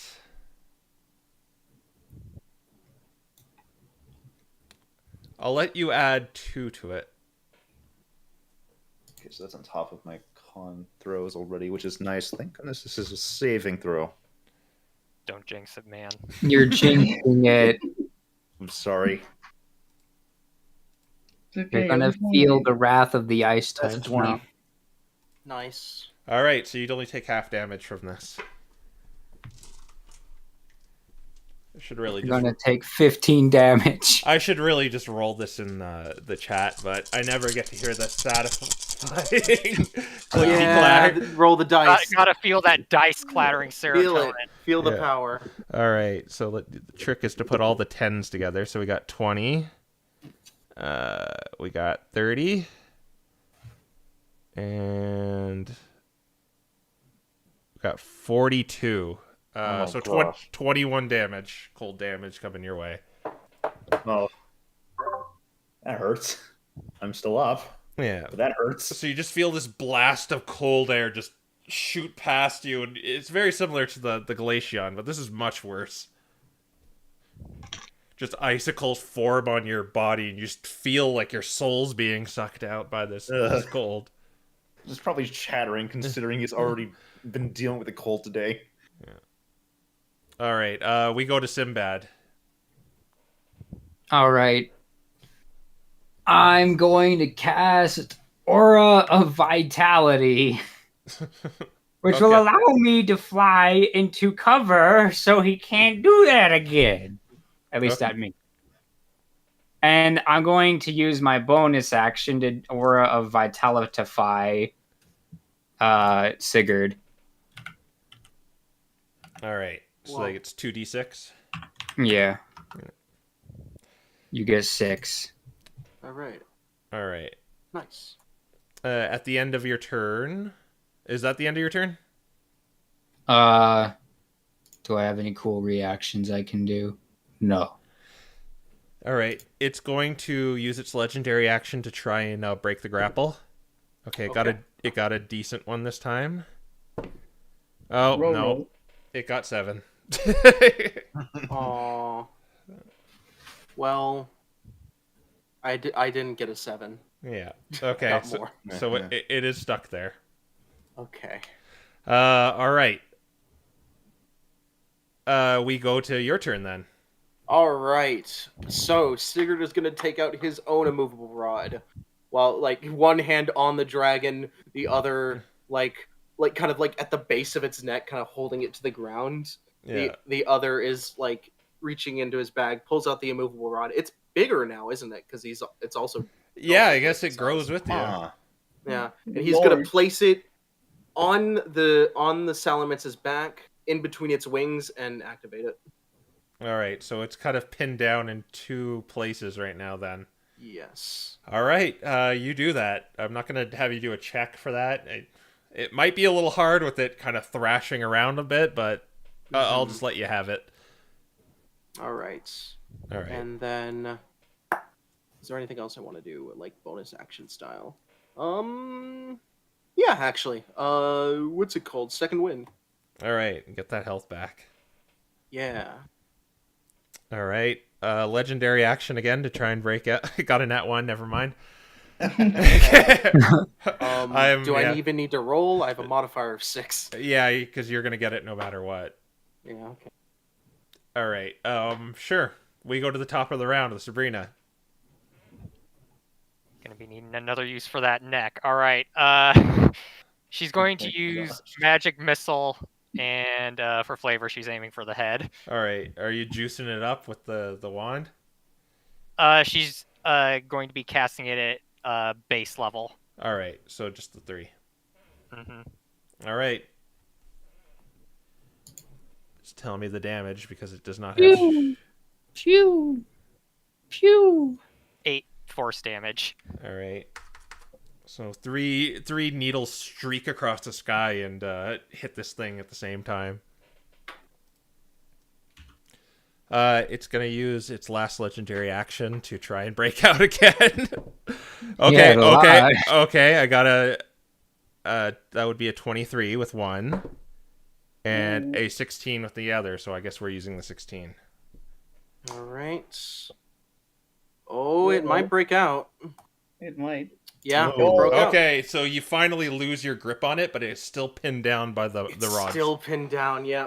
It's not like that's going to happen. Oh, thank God. He's not restrained, but he is prone forever. Well, he's not grappled, but he's prone. All right. All right. So then we go to Aiden. Yeah, Aiden. Yep. Just in time. Well, I don't exactly get to have an interesting turn because I'm more worried about my health after that one. So I'm actually going to take the opportunity to chug my greater healing potion. All right. So you just get 20 HP. Mm-hmm. That's the way we're doing potions, by the way, Alex. It's the healing. Max HP? Yeah, max HP basically. So those healing potions Okay. you have are just 10. Okay. Yeah. And from there, I'm going to position myself 30 feet. I can't make that quite. So. Oh, I can get behind that pillar. I'm going to dash back over here. And I realized I really should not have swapped one of my spells out, so I'm having a fun time. All right, Robin. It's your go. Alright, well, if poking its eyes out did not work, it's still prone, right? It is still prone. It just broke the Right. grapple. that case, I'm gonna approach from behind with my rapier still laced with venom because I didn't get to hit. And if you can go from the front, then go from the back. I'm gonna grab my rapier, approach it, and I'm gonna try to inflict it with 1,000 years of death. All right, let's see if this works. All right, make a roll with advantage. Remind me, does Booming Blade last until the next turn, or does it just go away? If you I miss? can just cast it again because when I cast it as an action, and the action requires that I whack it. Okay. Oh right, you actually get to use that. Yep. And that will be this. Okay, that will be 13 plus 7, 20. 20 does hit. Woo! I was a little afraid there. You got a nat 20. Because I saw the 25. Oh, jeez. Okay, so the. Oh, jeez, that's a lot of damage to roll. Okay, so I guess I'll roll them separately. Yeah. The 1d20 plus 4 plus sneak attack would be piercing damage, right? Or is it just damage? It's the same type as what you attacked with. Yeah, it's just additional weapon damage. Yeah. Okay, weapon damage with piercing. Got it. So that will be 1d8 4 plus 6. There we go. Okay. So that's 17 weapon damage, and on top of that, that's an extra 1 thunder damage. And on top of that, I deliver another 4. Okay, 4 poison damage. 64. Okay, so Robin sneaks up to the back of the Settlements. Attacking from the front was not doing any favors. With this vibrating rapier, and just pokes it just in the flank or something, and administers this poison, and it roars out in pain as this poison courses through its body. You can actually see the point where it entered. The veins turn kind of all purple. It's like when you get a bee sting, or how there's like a big goose egg there. Mhm. And if you like touch it, it just hurts. And yeah, effective turn. You gonna do anything else with your movement? I'm gonna use my cunning action to disengage and move right about here-ish. All right. Excellent. All right. So, seeing as this Settlements is pinned down between the movable rods, it like tries to use its wings, it tries to move, but then it kind of like stops thrashing for a second, and it starts burrowing under the ground.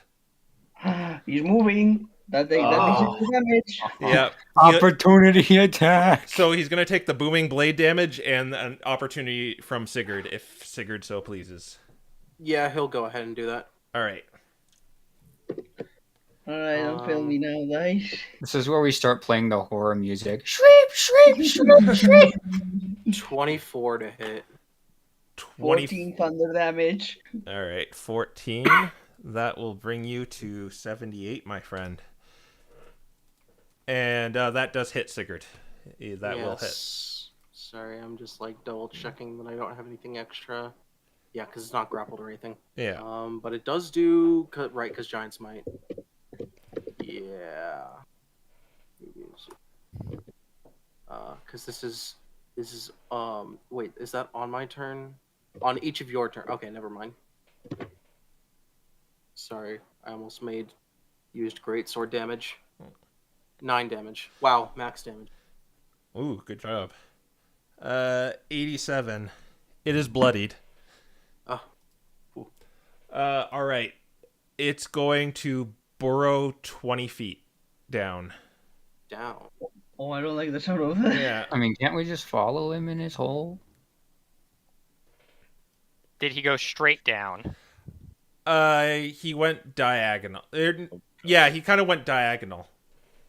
Okay. It looks like he's trying to get away from you. Yeah. All right. Does the breath come back? It got a 6. It does. I have a feeling he's not going to survive. There's no real target for it, so it's not even going to use that. It's going to go 40 feet more with its burrowing speed using a dash. Oh, Since it seems to only have it only has 20 feet of burrow, so. All right, Sinbad, it's your turn.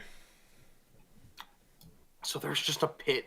Yeah, there's a pit there now with 2 rods hanging above it. All right. Whatever well, it takes, Sib. whatever it takes. I'm going to jump down the hole. All right, so it's a 40-foot drop. Oh. That's okay because he's less than 60 feet away from me, which allows me to use Shatter to break my fall by flying. Actually, Featherfall's still going. Oh yeah, yeah. that's true. Oh, yeah. Oh, wow.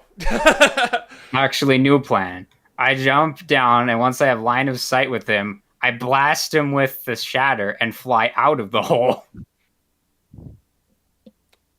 It is dark down there. I guess it's the morning sky, and I'll say He is white. okay. I'll say you can see him. All right, here we go. Shatter time. So it has to make a Constitution saving throw. Yep. It's gonna use its legendary resistance to just pass that because I got a 4. Well, that wasn't what we were trying to do, though. Though he does take 5 damage. And I'll use my bonus action to just heal up Sigurd, because I can do that. Because why not? So as you cast Shatter down on it, so it's just kind of like you fall down a bit, and just kind of there's this brief silence as just this explodes, and it gets hit, but it kind of wraps its wings around itself, and this cold air comes out to kind of act as a shield. It's legendary resistance. But what also happens on that is the chain snaps. Oh, because of Shatter. Oh, Yeah, no. the chain snaps because of Shatter. How is the floor looking around Shatter? Yeah, I was like, the point was a cave-in of Shatter. Yeah. Oh no. Oh. Yeah, it kind of falls in on it. And I'm going to say it takes 3d6 bludgeoning damage from the falling debris of Shatter. So you can roll that, Sinbad. Nice.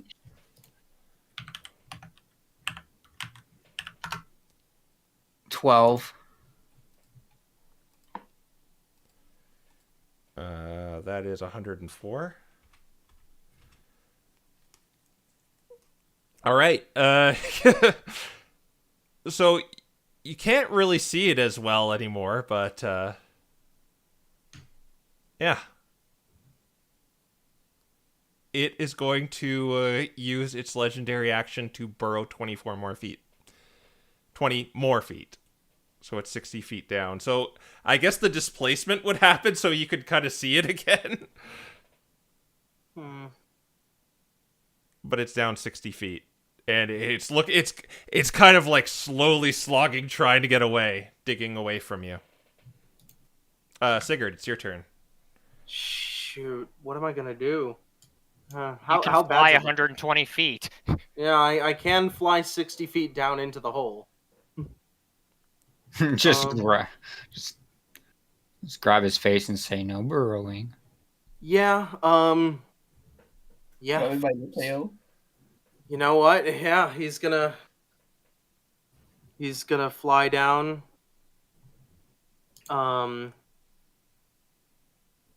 Yeah, he's gonna fly down. He's going to fly down to the hole. He's gonna attempt to grapple it.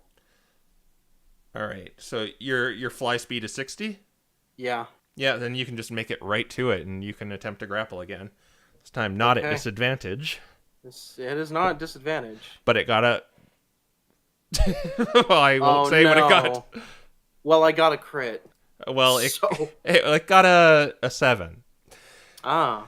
So you grab it by like the neck and just hold it in place to stop it from burrowing any further. And I'm going to punch it because I have another attack. All Also, right. you're full up on HP. Yeah. Punch it. And I have advantage. Oh yeah, I am full up on HP. Thank you for reminding me. Oh shoot, that's not right.